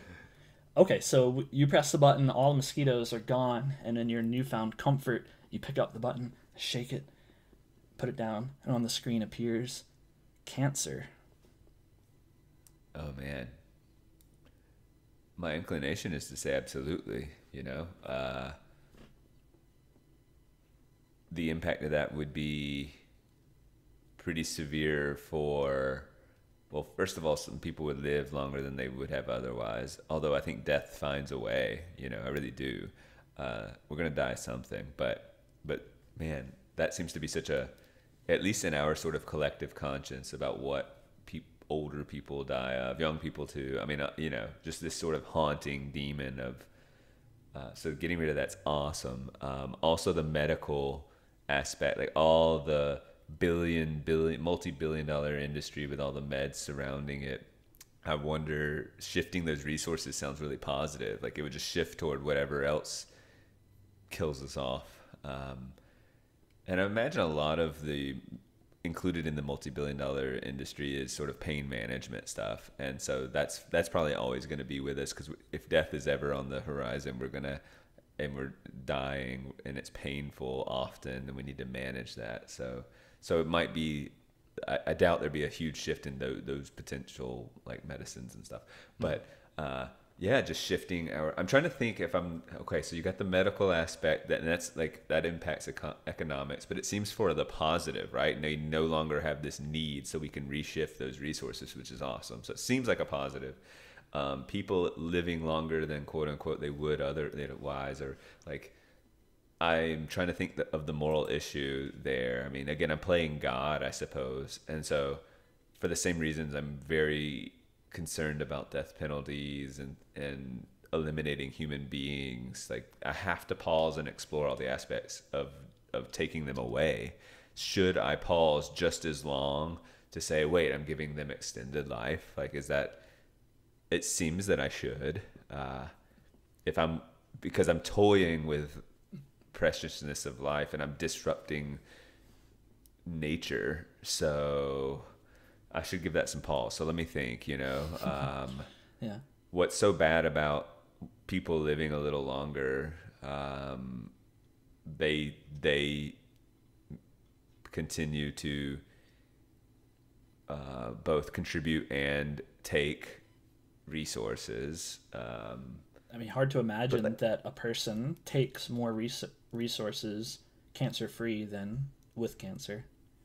Exactly. Well, I mean, I'm also wondering, do they just come up with some other ailment? I mean, when you get really brittle and old, but I know that's oversimplified, because not everyone is old with cancer by any means. So, right. And you're saying all cancers, right? Like, this is just a giant, like, cancer is. Yeah, I'm saying everyone born from June 22nd to July 22nd. I cannot think of a reason not to. Sorry, I was going past. When you said yeah, I was going. Yeah, that was funny. That's one of my favorite things about. I press the button, then you go, aha! Killed 1/12 of the people. One of my favorite things about our conversations is how the delayed uptake on dry jokes that you have. Like, I can say something and, a non-negligible percent of the time, you never notice. You don't even know that I have made a joke, and then Other But it must times be it takes a put few it peppered seconds. in when I'm thinking about our. It's not that Right, I'm I not know, paying I know, attention. It's I just understand. yeah. Okay, no, so it's not the zodiac I sign. think I'm pressing the button, and I'm hard pressed to think. Have I not examined something really important? Like I'm trying to think of. No, an- I this is one that was supposed to be basically a gimme. I couldn't think of any downside to pressing the button. Like whether this eliminates all currently present cancers or the the phenomenon of cancer in general. Either way, it's a positive moral. It's a moral good to press the button and eliminate It's that. funny you Right? say it's supposed to be a gimme, and here I am struggling with it. Does that frustrate you, or do No, you appreciate me no. like really trying to wrestle with I that? mean, I appreciate you thinking through the issue. That's what you should do if you have a supernatural button that can eliminate things from reality. And like thinking through the issue is important. Like if the button were placed in front of me, I would think through it, even though it seems like a gimme. Like even though a knee jerk is, yeah, definitely press the button. It wouldn't be some Family Feud like press it immediately as soon as as soon as it comes Yeah. on the screen. You know, I would think about it first. So yeah, I can't think I of like any it. downside. I mean, yeah, there's the economic part that you mentioned. Like, yeah, there's a lot of hospitals and people that are gonna, not have anything to work on. But well, now they can work on other things, and that's Right, because they still have knowledge in the sciences, and yeah, we need the infrastructure of hospitals. I don't think it's like, oh crap, we have too many things to help sick people. Like, no, that's not really been a problem. It might right. relieve some of our I mean, overstressed, overworked people. so So yay. the only thing I can think of, and it's a real stretch, is that if you believe that there's some sort of karmic force that inflicts, bad things on people that deserve bad things, people. I mean, this is preposterous because obviously some people who get cancer aren't terrible people. I mean, there's some children who get cancer, but if you believe Right. that there's some cosmic reason, some divine reason that people get cancer, then yeah, you're eliminating that here. So you're playing God. That's one of the first things you said, and that might be a reason to not press the Yeah, button. it's just But a really strange one. it's Yeah, it's a strange, strange and argument. and that kind of takes us back to, if that's going to be your argument, then yeah, you would probably never press the button for any of these. So Yeah. Which okay. I think I'm pressing it. All right, so yeah. we've now pressed it 3 times, and or Out of how many? cancer, 5? mosquitoes, and guilty death row people, and we've Yeah. just not pressed it for rapists. We're really pro rapists. So Are far, we in alignment perfectly yeah. so So far? far, we're pretty much in alignment, I think. So, all right. So now you've eliminated cancer. You pick up the button and shake it again. It's been a very productive day so far. You put it down on the end table, and on the screen pops up fossil fuels. Yeah, I don't know what those are really. So- Emissions and fossil So fuels. this and is oil, energy burning. natural gas, I guess tar. They're bad. They're bad. That's what I've been told. So if they're bad, then it would be a moral good to eliminate them. So that's why it's on the list. I mean, the world runs on fossil fuels, kind of thing, right? Like it would be Coal. so disruptive to. It would be the impact would be so gargantuan. Like there's something interesting and tempting about going. If you say like, okay, COVID, we were not prepared for all the everyone worked from home, but we sort of were. I mean, we did have enough digital infrastructure to say Zoom, but like what it did is it caused us to speed things up and go get it together. Like Zoom filled a need. I don't know how long Zoom existed before, or Google Meets and all these other. We got better faster because of a need presented to us, and so. The argument I see for where you're pressing going. the button would say, look, it would be better to not rely on these things for environmental rip the reasons. Band-Aid that off. I'd That's what you're rip the Band-Aid saying. off and see what happened. It would just force us to go lean heavily into electric cars, assuming I'm assuming actually the production of electric cars uses lots of fossil fuels Yes. that I probably don't know about. You're exactly right. So Yeah, electric cars are almost only. I think the number is only like 5% of industrialized nations' energy comes from non-fossil fuel sources. So, and I also wonder though if the path is it still like seems to me to be a noble path. Like maybe the creation of the batteries is such a taxation that it's not actually better for the environment. I guess with a big caveat of yet, like exploring this research seems totally worthwhile if we get better at making them, and we're just making them really clunky and crappily right at the moment. And so like, let's keep going down that path. Yes. So that's neat. But my knowledge of fossil fuels is like, it just seems disastrous to press that button. So I'm in a pretty hard no, I'm not pressing it. And it seems like it would be naive of anyone to actually go and press it. Even extreme environmentalists, I imagine, would be like, what? Why would I? But you could explore some, like, you know, all oil, natural gas, the things that are like underlying motivators potentially for conflicts internationally. Like that would be interesting to see eliminated. Sure. Well, yeah, and I mean, I'm totally on board with what you're saying. If I had to, if I had to try to put myself in the frame of mind of someone who would press the button, you would have to be very radical. It would be a rip the Band-Aid off thing, which is, this is essentially resetting all of civilization. I mean, putting us back hundreds of years. And it is. It's like the system's so screwed down with the system. You'd have to be an anarchist. Yeah, you would have to be right. Yes, because what's going to happen when you press the button? The magic stipulates that there's no immediate uproar. It's not like everyone's coal piles disappear and the gas stations disappear from under people and everything. But very quickly, everyone is going to realize, wait, none of my stuff works. I can't do my job. Yeah. I can't get food. It would be like a gas price would go to like $1,000 a gallon quickly. No, gas like would. We only have gas would be gone. There would be no more gas because gas is a fossil fuel. Within a couple of days. No, right. not within a couple of days. As soon as you press the button, the gas would immediately go poof and disappear. I thought for some reason I was thinking of the production of it would stop, but like no, it's physically gone. You're literally gone, eliminated. A car from right now reality. would not crank. Yeah, and I'll choose to put aside the paradoxes that come from whatever fossils are actually deep in the ground right now, slowly turning into fossil fuels. We're just put that aside, whether they disappear or not. Like, fossil fuels are just all gone for the purposes of this. And very quickly there would be immense amounts of scarcity. Yeah, you eliminate conflict over fossil fuels, but now you create unprecedented conflict over food and other resources, like immediate stuff. We're talking billions of deaths. We're essentially talking really apocalyptic. Why would you? Yeah, exactly. This is another gimme. Cancer and fossil fuels, they're gimmies on opposite ends of the spectrum. But I think there are people who would press the button and eliminate this.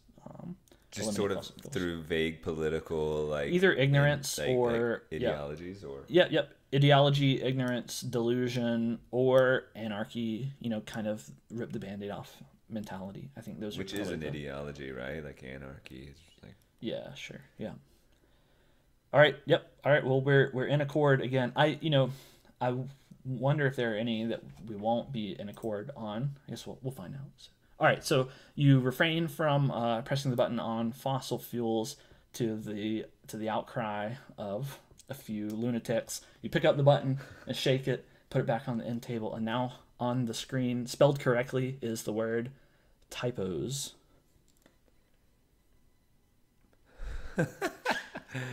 So eliminating the typo would mean putting the words correctly, right? The entire word's not gone, but if there was a typo, it would be there correctly. All typos that currently exist in the world are replaced with the correct word. I get what you're saying, but if someone typed McDonald's in a text message spelled incorrectly, it would be spelled correctly. Yes, it wouldn't eliminate the word.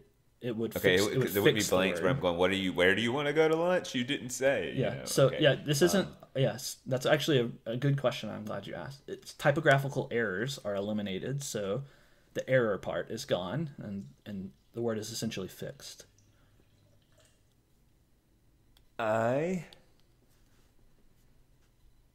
It's such a insignificant impact because all the current ones, but then people will immediately go back to making mistakes. That's true. So it seems insignificant, and it seems like a slight positive. The reason not to press it was to say, look, people make errors and they need to deal with that person who sent the typo off to get turned into a poster or an expensive display, Or the needs tattoo with no regrets. I'm sure you've seen that. yeah, exactly, that kind of stuff. They need to sit with their idiocy and needs to stare them in the face, and that's just the natural order of things. But that's a little silly. I think it would be just a slight positive to overall just like take care of some typos, and then the world. Because at first I was thinking no more typos. Now people will get lazy, but that's not what's happening. No. Like, you know what I'm saying? Like they don't. It's still like the world hasn't changed. You still have to go learn to spell, and in some ways you don't because of what we have already. Spell check and autocorrect and things like that. So yeah, I think I'm pressing the button and not thinking too much of it. Like it's just like, okay, I didn't help that much, but maybe some clarity issues, or at least saving some people a little bit of social embarrassment, or potential like revealing moments. I guess you could get here. There are some idiots that need to be revealed for their idiocy, and I'm hiding their idiocy a little bit longer, but not too much longer because they're gonna make more. Yeah, and so I think there's more people who just accidentally do it than are actually idiots. So Sure. I think it's a net positive and not that significant. So yeah, I press it. Okay. Well, I definitely agree with you that it's pretty insignificant. I'm not sure if I'm gonna press it though. Like, in a way, typos represent truth. It's kind of an interesting way because it's not accurately representing the word, but it is representing people's propensity for mistakes, whether conscious or not. And so there's some history there. People's mistakes, they made them, and maybe there should be a record of them. And if I eliminate typos, then now all historical records are going to be pristine. And by that I mean social media posts, history account, official accounts, newspapers, everything's all going to be pristine. And starting on this day, September 11th, 2022, everything starts to have typos again. And have I erased some important historical information by erasing typos? I think maybe, it's not that significant, but I think maybe I have irretrievably gotten rid of something maybe important. So I think, and pretty convincing. And I think that, while it might please people like you and I who like things to be spelled correctly and grammar to be correct, to go back and read things without typos, it's not that big a deal. And things are still comprehensible even largely with typos. I don't encounter them all that much. So yeah, I think I don't. I think I'm not gonna press the button this time. How much history have you changed in a significant way versus how many, if you press the button and it saves some real severe embarrassment moments in some social circles or some uptight circles, you save someone that. Yeah, no, you maybe make a stronger case like that. Maybe we need to see the history, because these are like the history of the mistakes made, and like it can give us some insights into their carefulness, and like we might need to see that. It means something if I'm reading an old have you ever piece of legislation that has tons of misspellings. It would say something about the thoughtfulness that went into that. That's true. Or have you ever read a piece of your own old writing from high school or early college or something? I think I've misspelled hilarious quite a bit, perhaps. Yeah. Like maybe even HALA. Yeah, things that make you go. And it's when you see it, you go, no way I did that. Right. And it's actually nice to see, because you think, man, I've improved. Kids these days, you see your improvement, and you think kids these days who are like really bad at spelling or their writing isn't that great, and you think, I was the same way. It's just a reminder of like, I wasn't any, I couldn't spell worth a crap, and I wasn't a great writer either. So right. So. You know what? You've convinced me, and I'm a little annoyed that I'm agreeing. I wanted to disagree, but I think I agree with you. I'm not pressing it. All right, fair enough. That's fine. Okay, so we don't press the button. You pick it up, shake it again, put it down. And now on the screen reads the sensation of pain. Oh, we definitely need that. It communicates us to like stop, take your hand off the stove, or like the reason pain exists biologically seems just uh, fundamental to like our existence. In fact, people who have those, isn't there some rare disease where you don't feel pain and like they have all sorts of issues? They have to like they'll have broken bones and not know it, and they have to check their body like every night. Like, like there's like some real severe issues with. But the difference with them is they don't experience other things too, so they might not know. So when you say just pain, when it's truly just pain, that's interesting. So maybe there's still some indication of this is warm, I should remove my hand. That gets complicated. But let's assume for a second like the safety mechanisms associated with pain are also eliminated. Then I'm like saying pretty firm no, we need to do that. I also don't know what the ramifications are of a society that doesn't feel. Are we fighting more? Are like if does murder all of a sudden seem not to some people, to enough people that it's dangerous? They're like, it's not that bad because it's not like I'm causing them pain. I'm just simply putting an end to things. So, and that's where I think sociopaths don't transfer the idea of pain, right? They don't even consider the other person's pain, and that's what's dangerous. So in some ways, you've taken a really bad thing, a sociopathic mindset, and put it in everyone. That's a weird way to frame it, but like that's.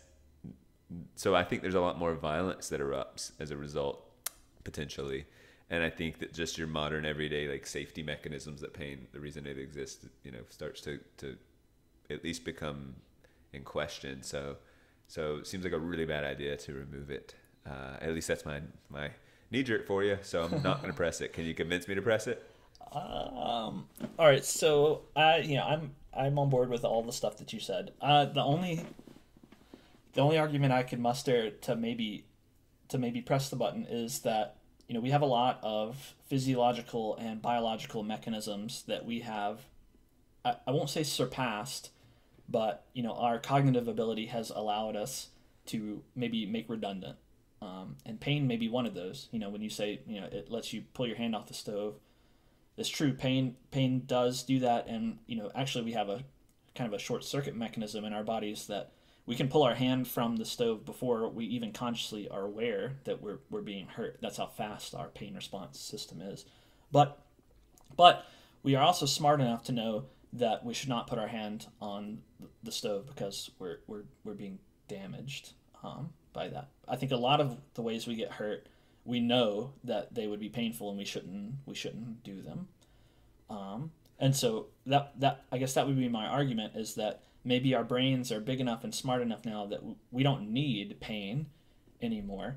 But there's so many accidental pains. I'm talking to you, and maybe I've had a drink or something, and I'm not paying attention. I've had my hand, I'm leaning, but it's really on a hot stove. Like that could be a problem. I'm just chatting with you, and I'm not paying it. Well, that's a silly example. Well, all right. So let's play out that example. Yeah, you put your hand on the stove, and you don't realize that your hand is being damaged until you smell, the burning bubbling flesh. And my hand slips, the skin slides right off, and I slip, and I go look, and I go, holy crap! Well, I need to not put it there. It's probably not going to take that long, but okay. So you have a bubbly hand for a couple of weeks, like big deal. It doesn't hurt, like, there's no pain there. You can still use your hand well enough. Like you're inconvenienced a little, and now not to now to pay more attention to where you put your hand. Like it's the same thing as, I shouldn't say the same thing, it's a similar thing as to the pain response, except it's just you didn't experience that terrible sensation when it happened. It's a little bit less sharp. I think the terrible sensation is going to make me more careful in the future, and I'm also like, we're risking nerve damage, and now the dexterity of my fingers and the ability to grip. Let me press one more little push on this front. So, like that's the best I can do for pain, like putting your hand on a stove, which is a pretty rare kind of pain, right? I guess, but bites, think about, like if something's biting me while I'm think about chronic pain. People who are elderly, or even people who are middle-aged might have joint pain, chronic pain that they would Yeah, normally, lots of mysterious pain yes, too. aches and pains. They would normally take lots of medication for, maybe it's not even something that would require surgery. It's just idiopathic. They don't know the cause of the pain, and they're just stuck Idiopathic with or it. psychosomatic. Yeah, lots of stuff. Yeah. Right, and this would all be eliminated, and think about all of the all of the good, I guess you could say, that is done by eliminating those people's pain. Their quality of life goes up drastically by eliminating it. That's the best I can do. Yeah, no, that's the best argument to make, and like out of that, like out of empathy or sympathy, I want to say yes to them, for them. But I really think the uptake in violence becomes a real issue, because I'm not saying one in like a lot of people are, I'm saying statistically this might affect how people behave in the world dramatically. It could be two people out of 100, and that's so it's a lot of maybe dangerous behaviors. And I think accidental deaths goes up. I think violence, like bar fights and things, goes through the roof. I think just so too many bad things happen. Yeah. Yeah, barriers are blurred to the. It's just too scary. So the impact, I think, is just so sorry for the people who suffer currently, but like there'd just be more. I feel like also you eliminate. I should have asked physical pain. Yeah. What about like just depression and no, stuff? just Okay. physical pain for this. So in that case, I think it kind of goes back to this sort of a fundamental belief of to live is to suffer. So you take away the physical pain, it doesn't mean suffering goes away. So it might all get dumped into the mental. That's So an yeah, you interesting start idea. you want to. It's a weird idea, but like maybe that's why people get more violent and stuff. And they're like they want to see, they just want to feel something, and they get really depressed about that. And like I don't know, I think some ramifications that are hard to understand could really unfold, and people Yeah. might be more depressed and upset and like wanting to feel pain. Like yeah, I don't know. Yep, I agree. I agree with you. I mean, when you're fiddling with the fundamental aspects of what it is to be a human, to the feeling of pain, like that's very fundamental to life. So that I would be extremely hesitant to tinker with that in any event. Yeah. And yeah, all your arguments are pretty solid. Just the fact, like, to me, the home run argument is the one you made first, which is it's basically our body's signaling mechanism for damage. Like, sometimes we need pain to tell us something is wrong. If you have a cavity, if you have something wrong with your tooth, or an internal organ, one of you have some ache, your chest starts hurting. Oh yeah. Like, oh, yeah, I'm having a heart just- attack. You don't feel the pain. Oh, well, then you just die. Like, you just die after a couple minutes, instead of being And like able what to. constitutes pain too is being fat. That's uncomfortable, but like if discomfort is a form of pain, like so the person who's in really good shape doesn't feel any better than the person who's fat. I don't know. I don't know if that I wouldn't go counts. that far, but you're right. There are some blurry lines with the. But people might not, almost certainly, accidentally or purposefully, will not take as good of care of themselves. Yes, that's without pain. guaranteed. Pretty much guaranteed. Okay, so we're not pressing the button on that one. So No, all right, no. pick up the button, shake it again, put it down. We've got another, I guess another sort of medical issue, acne. Oh. I had really bad acne. I really hated it. It really messed with my confidence, and I would have, I even took Accutane, which later, you see these like law But no. commercials that are like, if you took Accutane, call this number. It's like kind of scary. That might be what's wrong with you. Yeah, I literally like that. It was such a serious medication that like they would ask I me remember once a that. month a personality like thing about making sure I wasn't suicidal or whatever. That's so it's a pretty wild. hell of a drug, really. Yeah. Yeah. And it like supposedly like would flush all of it. Could get worse for a little bit, and it was flushing your system out. I don't really know. Acne. So it does hit home personally to me,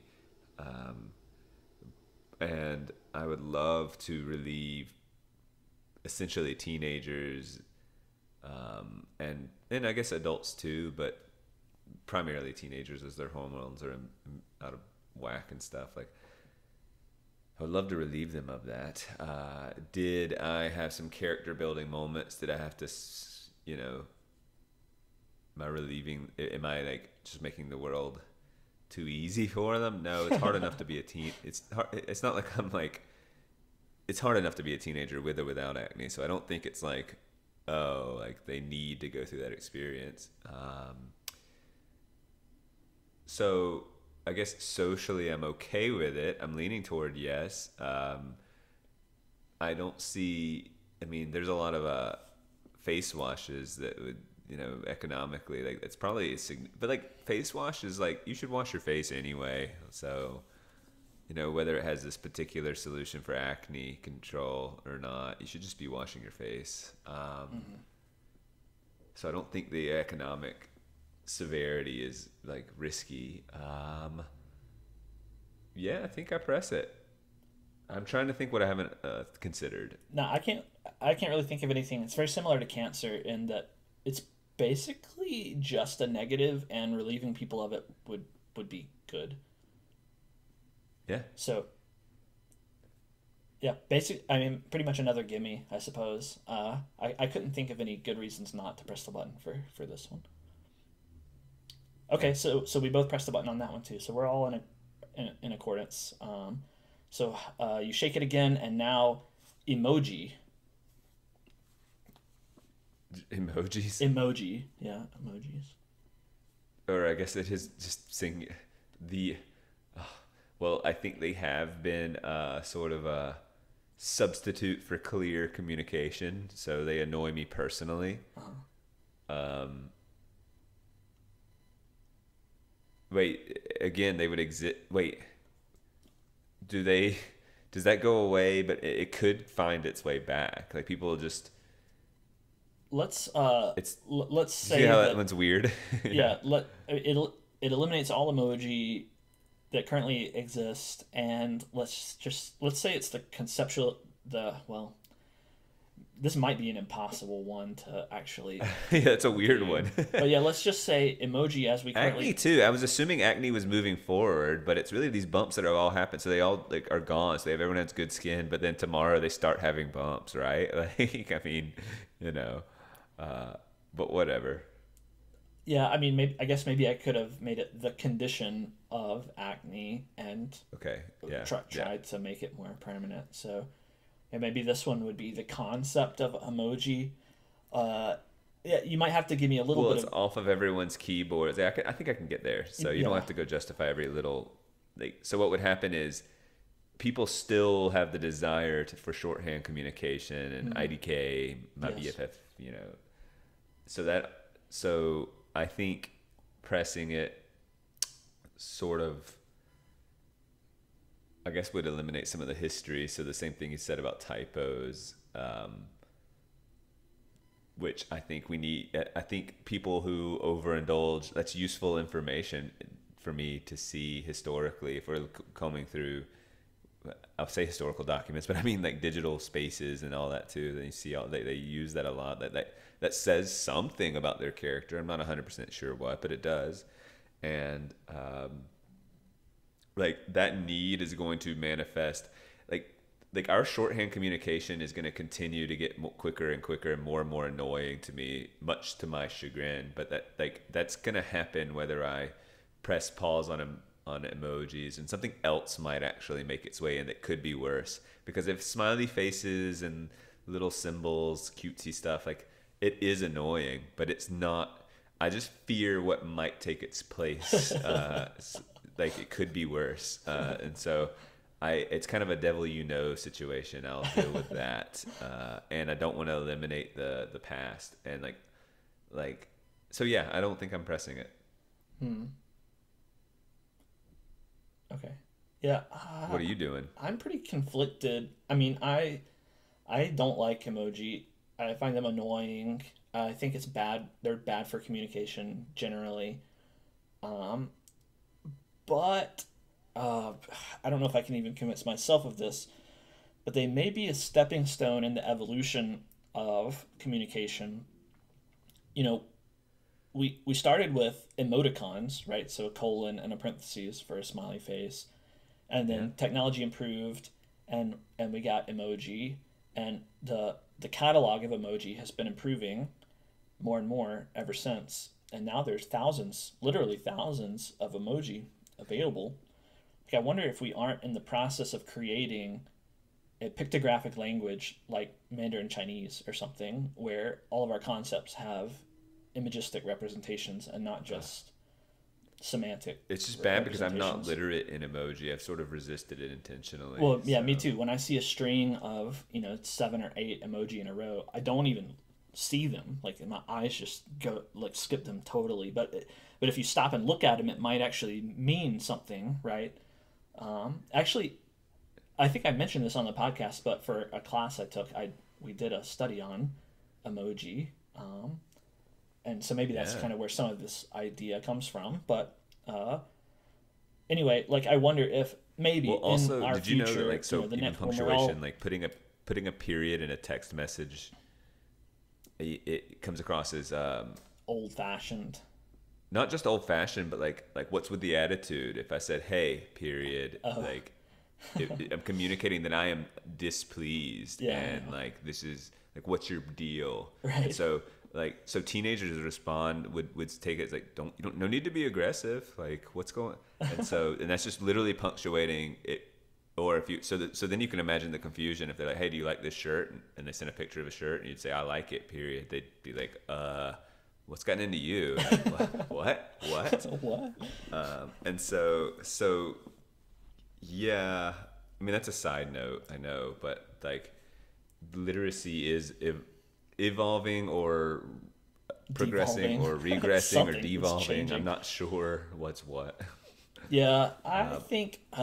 Gosh, I guess I'll not. I guess I'll Does not anyone press it. own emoticon is what it's called? What? Then emoji came out. I thought it was like, I mean, initially it was like on the iPhone. I don't know if it was on other devices immediately. And then like, is this owned by someone? Did a company come Yeah. out with emoji? Yes, I think so. If I remember from reading about it, yeah, I think someone made emoji, and there was kind of a discrete set, and it was branded, and but kind of like Kleenex and Frisbee, it's become the Right. word that we apply to all of the little imagistic representations of eggplants and piles of poo and what faces and all of that kind of thing. Got it. So, Yeah. all right, all right, I'm not gonna press it. Okay, we've got just a few more, and maybe one spicy one. Let's do this. We'll do the spicy one next. So we don't press it on emoji. You pick it up and shake it, put it down, and now on the screen appears homosexuality. Ooh. Um, so pressing it just means It, everyone's straight. yes, it means that any same-sex attraction is eliminated. Not the people themselves aren't eliminated, but Right, the right. same-sex attraction is eliminated. Yeah, And everyone if they were everyone's in straight. relationships, they're still in the relationship, but the attraction is not there. Oh, Like they live together and they're married or whatever. weird. Yeah, I didn't think about that, but yes, playing by the rules of the thing, then they would lose their same sex attraction.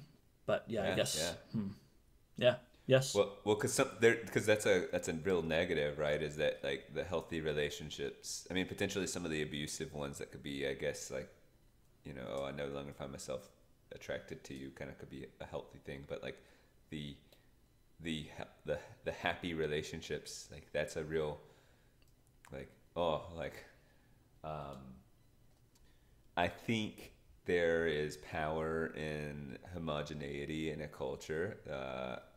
I also think there's a power in our differences too. So I feel sort of paradoxical on this. Like if everyone sort of agrees on the same principles of attraction, that makes things go smoothly. Um, and if they don't, there's friction, as you can see. I mean, there's lots of friction. And the friction can be internal and external. I'm just trying to think of how, like, homosexuality could potentially what's the I mean, you can get into like biological arguments of like reproduction and like extending the race and stuff, but I'm thinking about like personally,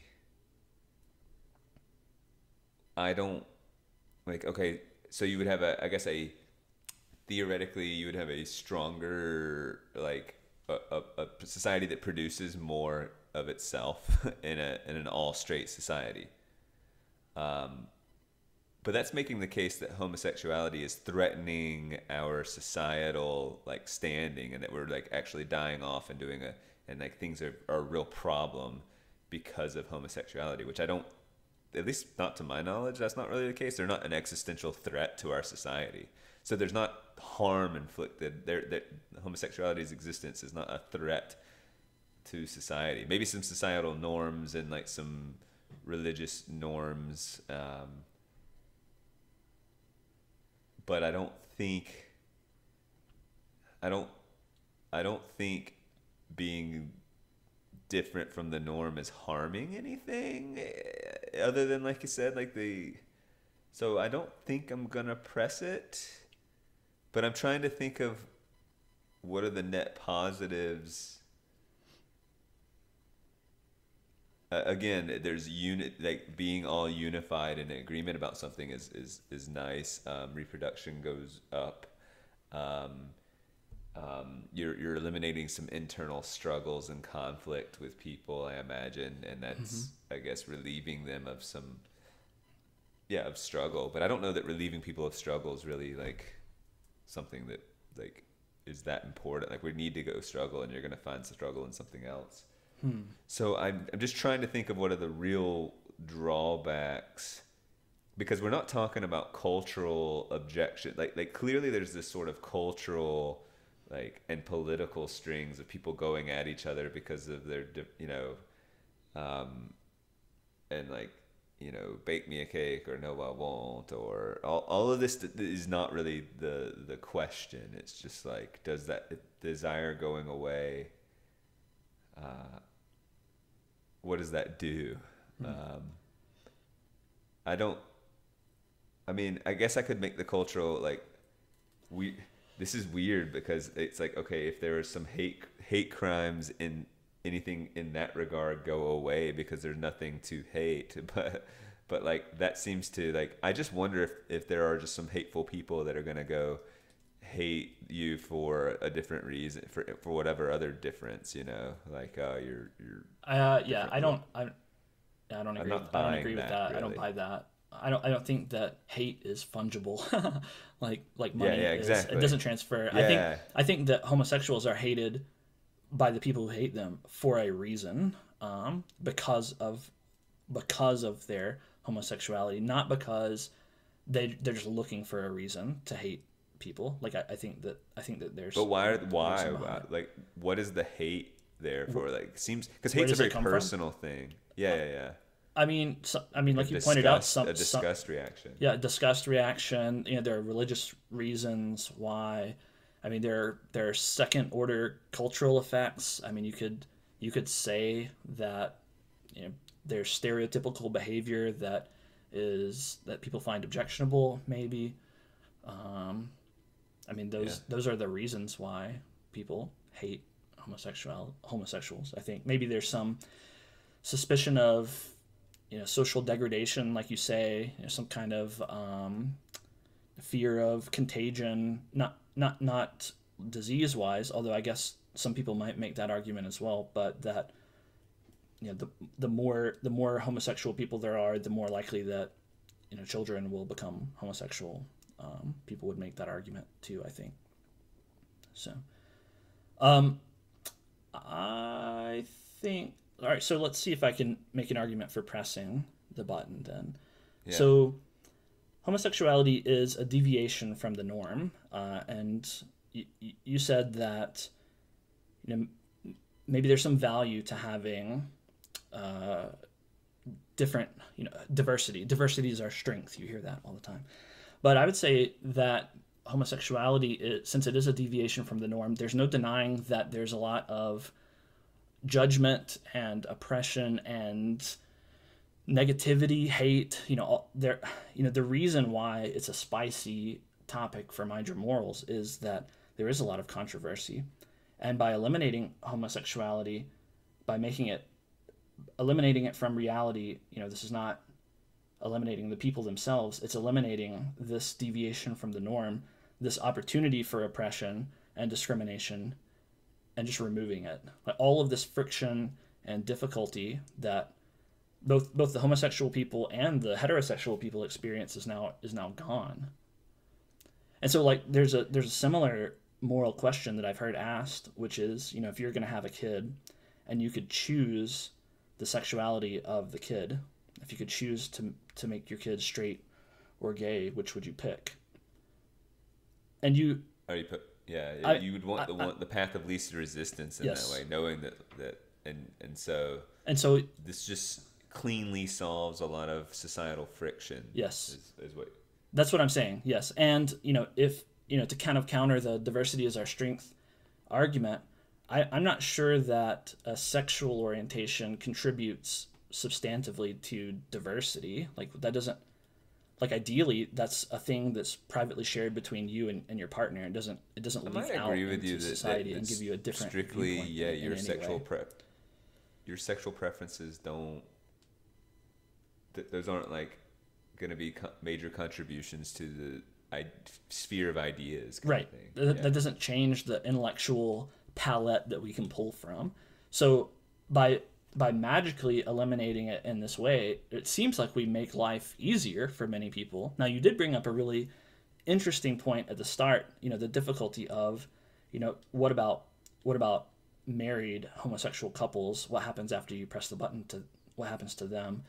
And yeah, that would be kind of weird. Like I'm not sure how that would play out in but that's due to the magic, right? Like how that plays out. Right. That's kind of in the details of how the magic works. So we could choose to nitpick on that or not, but I think that I don't know. I don't see a major downside to not pressing the button, and I see some upside to pressing the button. You make an interesting case. When you say the hate's not transferable, though, I think that it, or what was the word you used? Not transferable. Fungible. But, Fungible. Yeah.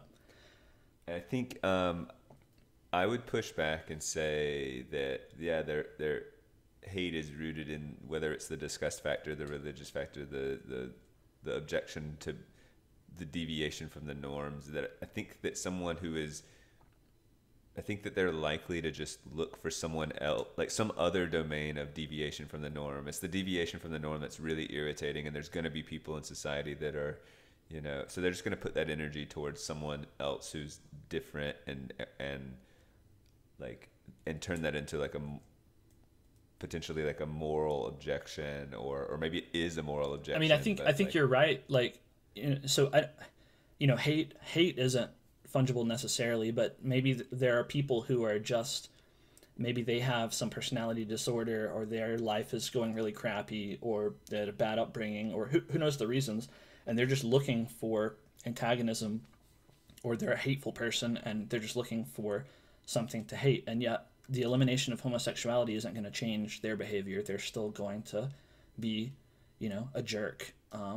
But that doesn't change the fact that there are people who hate, or maybe they don't hate, they only discriminate, or they're disgusted by, or they're, religiously opposed to homosexuality. And if you eliminate homosexuality, then those objections, discomforts, disgusts, or disagreements disappear. Given if there's a non-negligible portion of those, then you are just doing, I guess, a net positive. The people left in the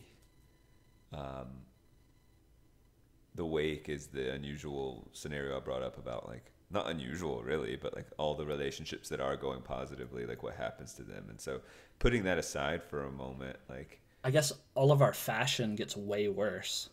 Yeah, all of our fashion and art and theater and That all sucks after you press the button. So I guess Yeah. that's your reason not to press the button. What other point was I going to bring up? Oh, I forgot. I mean, maybe. Oh, how quickly do you believe?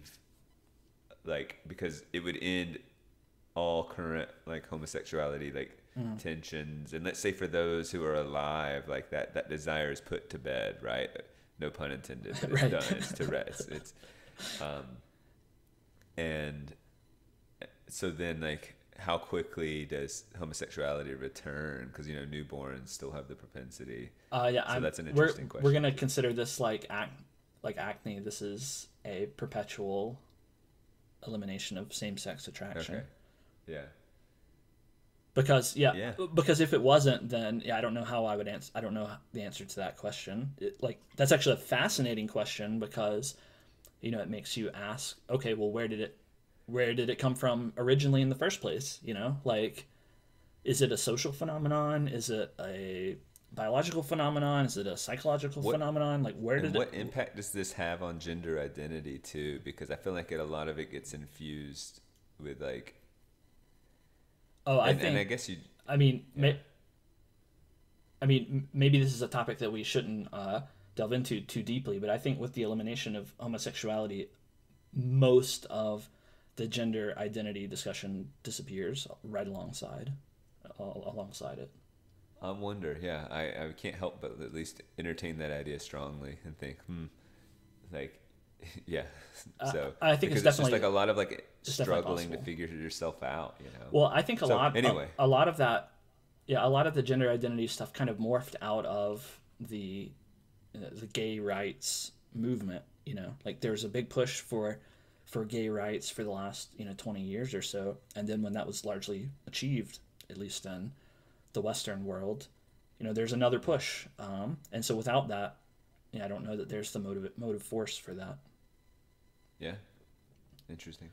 All right, I've got two more, and this one is probably the most spicy of them all. So pickles. I was like, how are you going to top homosexuality as spicy? No, I'm not pushing them. They're pushing the button. Come It's a on. delightful treat for me, and if you don't like it, don't deal with it. Come on, man, push the button. You got this magic button, and you're not even going to use it. No, I've used it plenty of times. Well, I think that when you talk about moral clarity, there's some gray areas, and there's some things that are just black and white, and pickles are. Well, this is just no question. Like they're a moral evil. It's bad. That should be eliminated. So this is definitely button pressing time. Like this is one where I don't even have to do any research. I don't Do you have to. hate cucumbers as well? No, Isn't that what a pickled cucumber is? A pickle? I'm fine with cucumbers.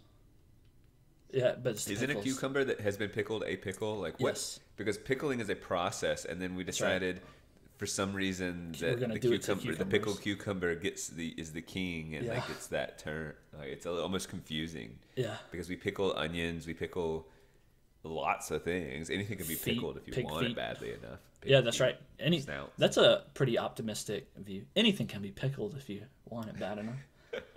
I like the way you look at the world. Look at the world through pickled glasses. I was playing poker the other night, and some people were like playing games. Like some of the women in the other room that chose not to play, and she came in, and it was one of those where you have a card on your head and you can't say. And she was a bathtub, right? And she goes, "Am I breakable?" And I was like, "Well, kind of." And the other people said, "Nah, not really." And I said, "Well, anything's breakable if you're really." That's true. And it's technically true. I mean, what do you think? Like, is a bathtub breakable? I mean, yeah. Yeah, Like, what a clearly weird is. question. It definitely is Clearly. breakable. And then she asked, "Well, am I movable? Am I mobile?" And I'm like, "Well," and Well? the answer would be no in that case. But like, I was still on that train of thought. Well, I mean, how bad do you want to move it? Those are just bad questions. Those are not good questions to ask. Like, Right. It's not going to help you much if you're like a computer and it says, "Are you movable?" Like, or a book, "Are you mobile?" Like, I mean, yeah, like you can pick up a like what? It's not going to help you. Right. Is a book breakable? I mean, I mean, Yeah, you can drop you it can. from a height and it's not going to shatter, but it Is can a burn torn and is a torn tear. book broken? Like, Yeah, I mean, what does it's that two mean? two of the worst questions you could ask, I guess. I assume she Are lost. tires breakable? Like I don't know. I just everything's breakable. It's just break. It set has this sort of shattered or splintering sort of connotation, I suppose. Anyway, that is a side note. All right, we've got. Pickles. I'm not pressing the button. Okay, Give me your last one. I'm pressing the button. All right, for the final one. It's another kind of heavy social one, but I don't know. I'm interested to see what you'll think. So you shake it, and the last one is the memory of racism. Could you define that a little more? The memory of racism. So all of the history, any sort of race related tension of the past, any sort of idea that people are inferior because of their different race. So Right.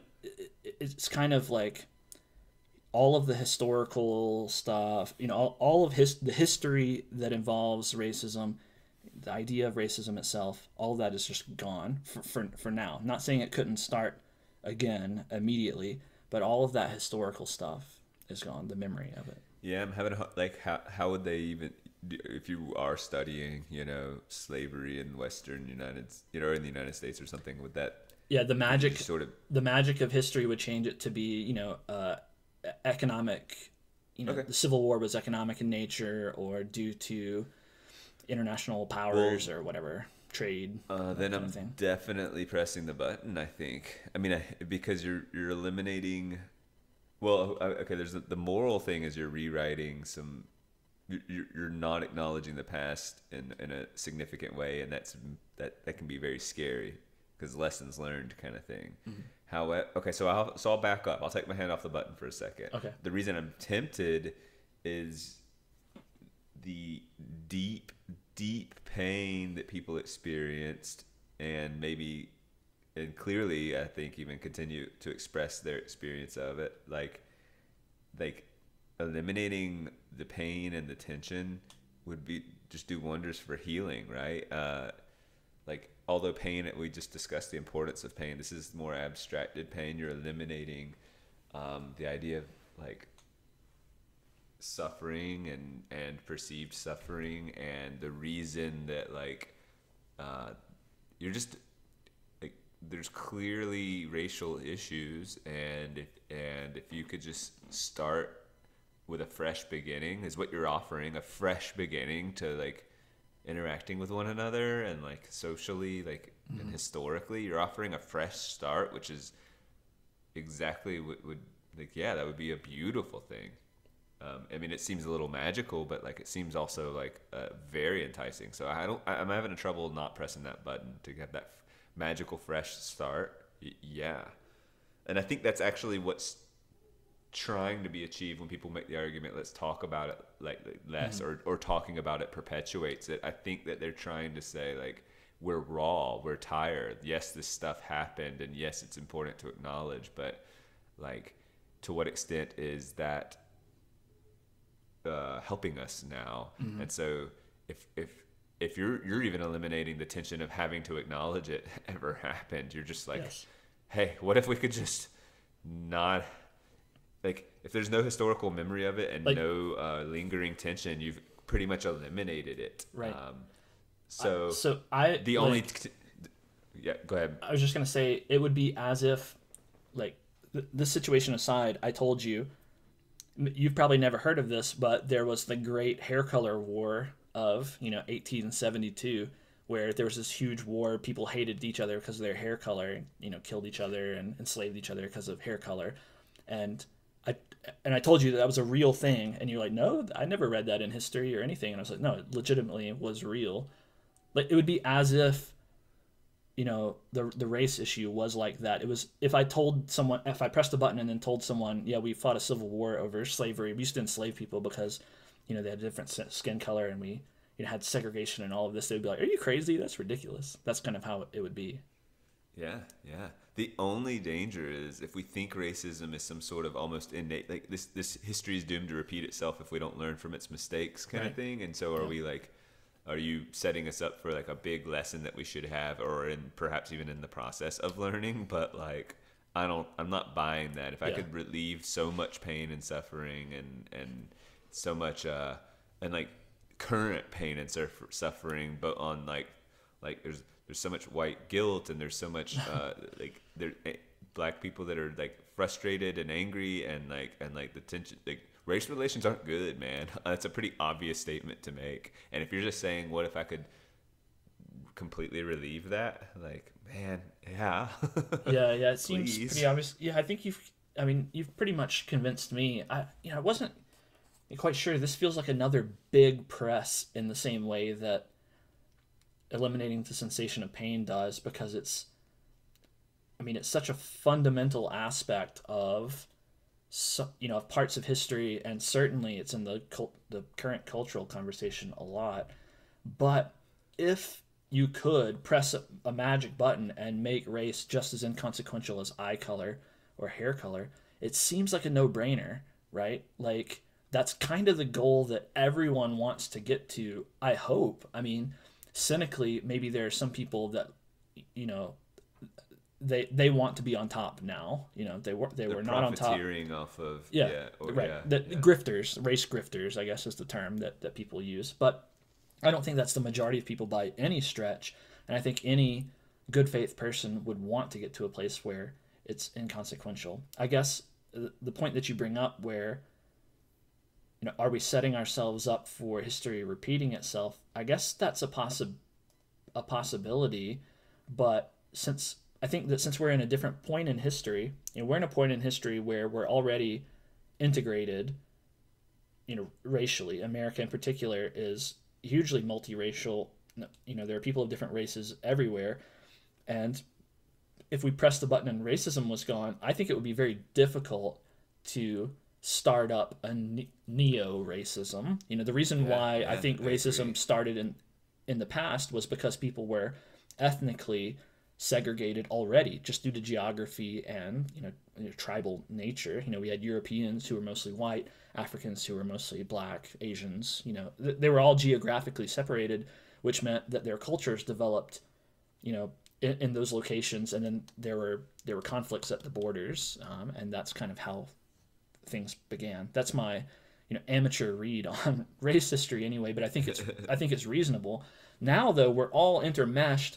We all work together. We all are familiar with each other, and if you press the button, I think it would be just as likely that we start discriminating against each other based on hair color as it would be on skin color.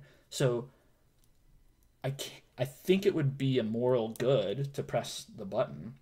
I guess, all right, here's an argument for not pressing the button that I don't agree with, but it's an argument that I think some people might make.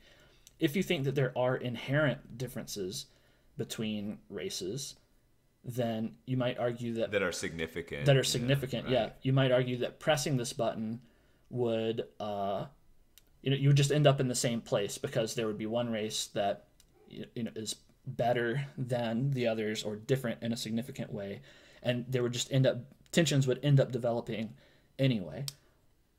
So only the true racist who believes in the hierarchy of races does not press the button. Yeah, maybe so. I don't think that's true. I think that, there are differences between races, but the question is whether they're significant or if they're more than... worthy of putting in a hierarchy of best race, second best. Yeah, I don't think that's the case. It stands to reason that if there are physiological differences between races, which there are, differences in melanin content, differences in height, differences in susceptibility to disease, that's just a fact. It stands to reason that there could be other differences that aren't as physically apparent. But, you can just look around and see the achievements of people of all different races. And, if you've met people of different races, you see that they're just as much of a person as anyone else. And so the differences are not significant enough to where I think you would just end up in another situation of racism if you press the button. So I think probably press the button seems like the way to go. And this is just racism, right? This isn't elimination of like concepts of of like Italian people still will have like Italian Yeah. heritage. Yes. Well, And, yeah. all of this Yeah. like Yeah. I mean, heritage and like we're kind of belonging to groups is yeah, we're kind of still in like the magic realm here, but yes, it's the racism. It's thinking of someone as inferior because of their different race. Like it doesn't change heritage or history or anything. I mean, well, it changes history in that we're not aware that wars of the past were fought due to differences in race. So there is that loss, but I would say that but I think that I the think benefit outweighs the yeah, cost there. yeah, I think so too. I I mean, think all I'm right. So pressing it. here's another argument that someone might make. Someone who probably exists today but is not me. They might say that robbing ourselves of that history is an injustice because an injustice was committed in the past. It needs to be righted today. There are people who deserve to pay for that injustice. Pressing the button gives them a free pass, and there were victims who are forever going to be, without their reparation. Not, I guess I shouldn't use that word, but maybe that's appropriate. What do you think about that? Well, I can follow that. Not or like burying the past or distorting it or covering it up or eliminating it or whatever the term is, like there is some injustice inherently baked into that.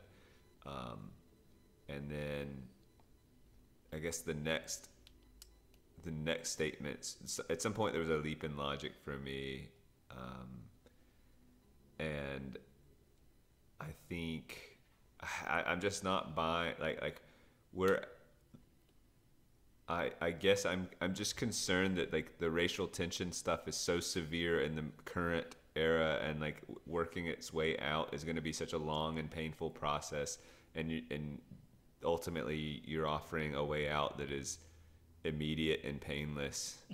And so I mean I want to continue to remain optimistic holistically, but I think it is just going to be the optimistic viewpoint of our current situation is that it is going to be a long, painful, messy process. Like whether we like that's just to me the still optimistic, in that like I think it's going to trend in a good direction. That's the optimist in me. Right, but like you're offering a way out that I don't have to see a long graph of pain and mess. Then yeah, like I'm going to do that. Just yeah, I'm not like if you want people to pay for the sins of their fathers and forefathers and all of that, like I get that sort of mentality of like an injustice occurred and like someone's got to pay. It's just, what if we could just, an injustice occurred, someone's got to forgive too. Like I don't know, like it's just going to be a crappy world if there's just because who's paying now? Everyone, like who's paying and who's forgiving, and it's confusing and it's just messy as hell, man. Yeah, I think that's the takeaway. We live in a messy as hell world, and it will never, with no amount of human control and micromanagement, be perfectly ordered and neat. There will always be someone at a disadvantage and someone at an advantage, not necessarily in terms of race, but in terms of any number of variables. We're never going to control it all. So when you're offered the chance to wipe the slate clean, that is an opportunity that you should probably take a look at. Yeah. So, yeah, okay. Yeah, I think I agree. I agree with you, and I agree with me. And I agree with myself. Button press. I can't think of any other good arguments to not press the button.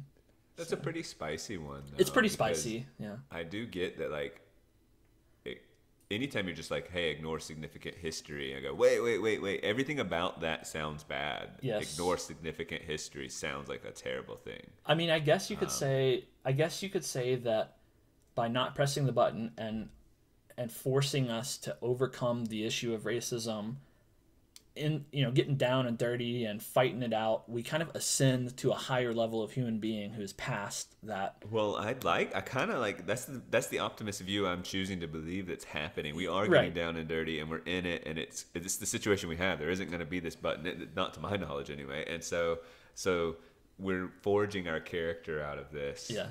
And it's just But yeah, the and forging so process is hot and heated and yeah, and I guess the question is it better for humanity to go through the character building process or wipe the slate clean? And yeah, I mean, to me, it's kind of the same way with cancer.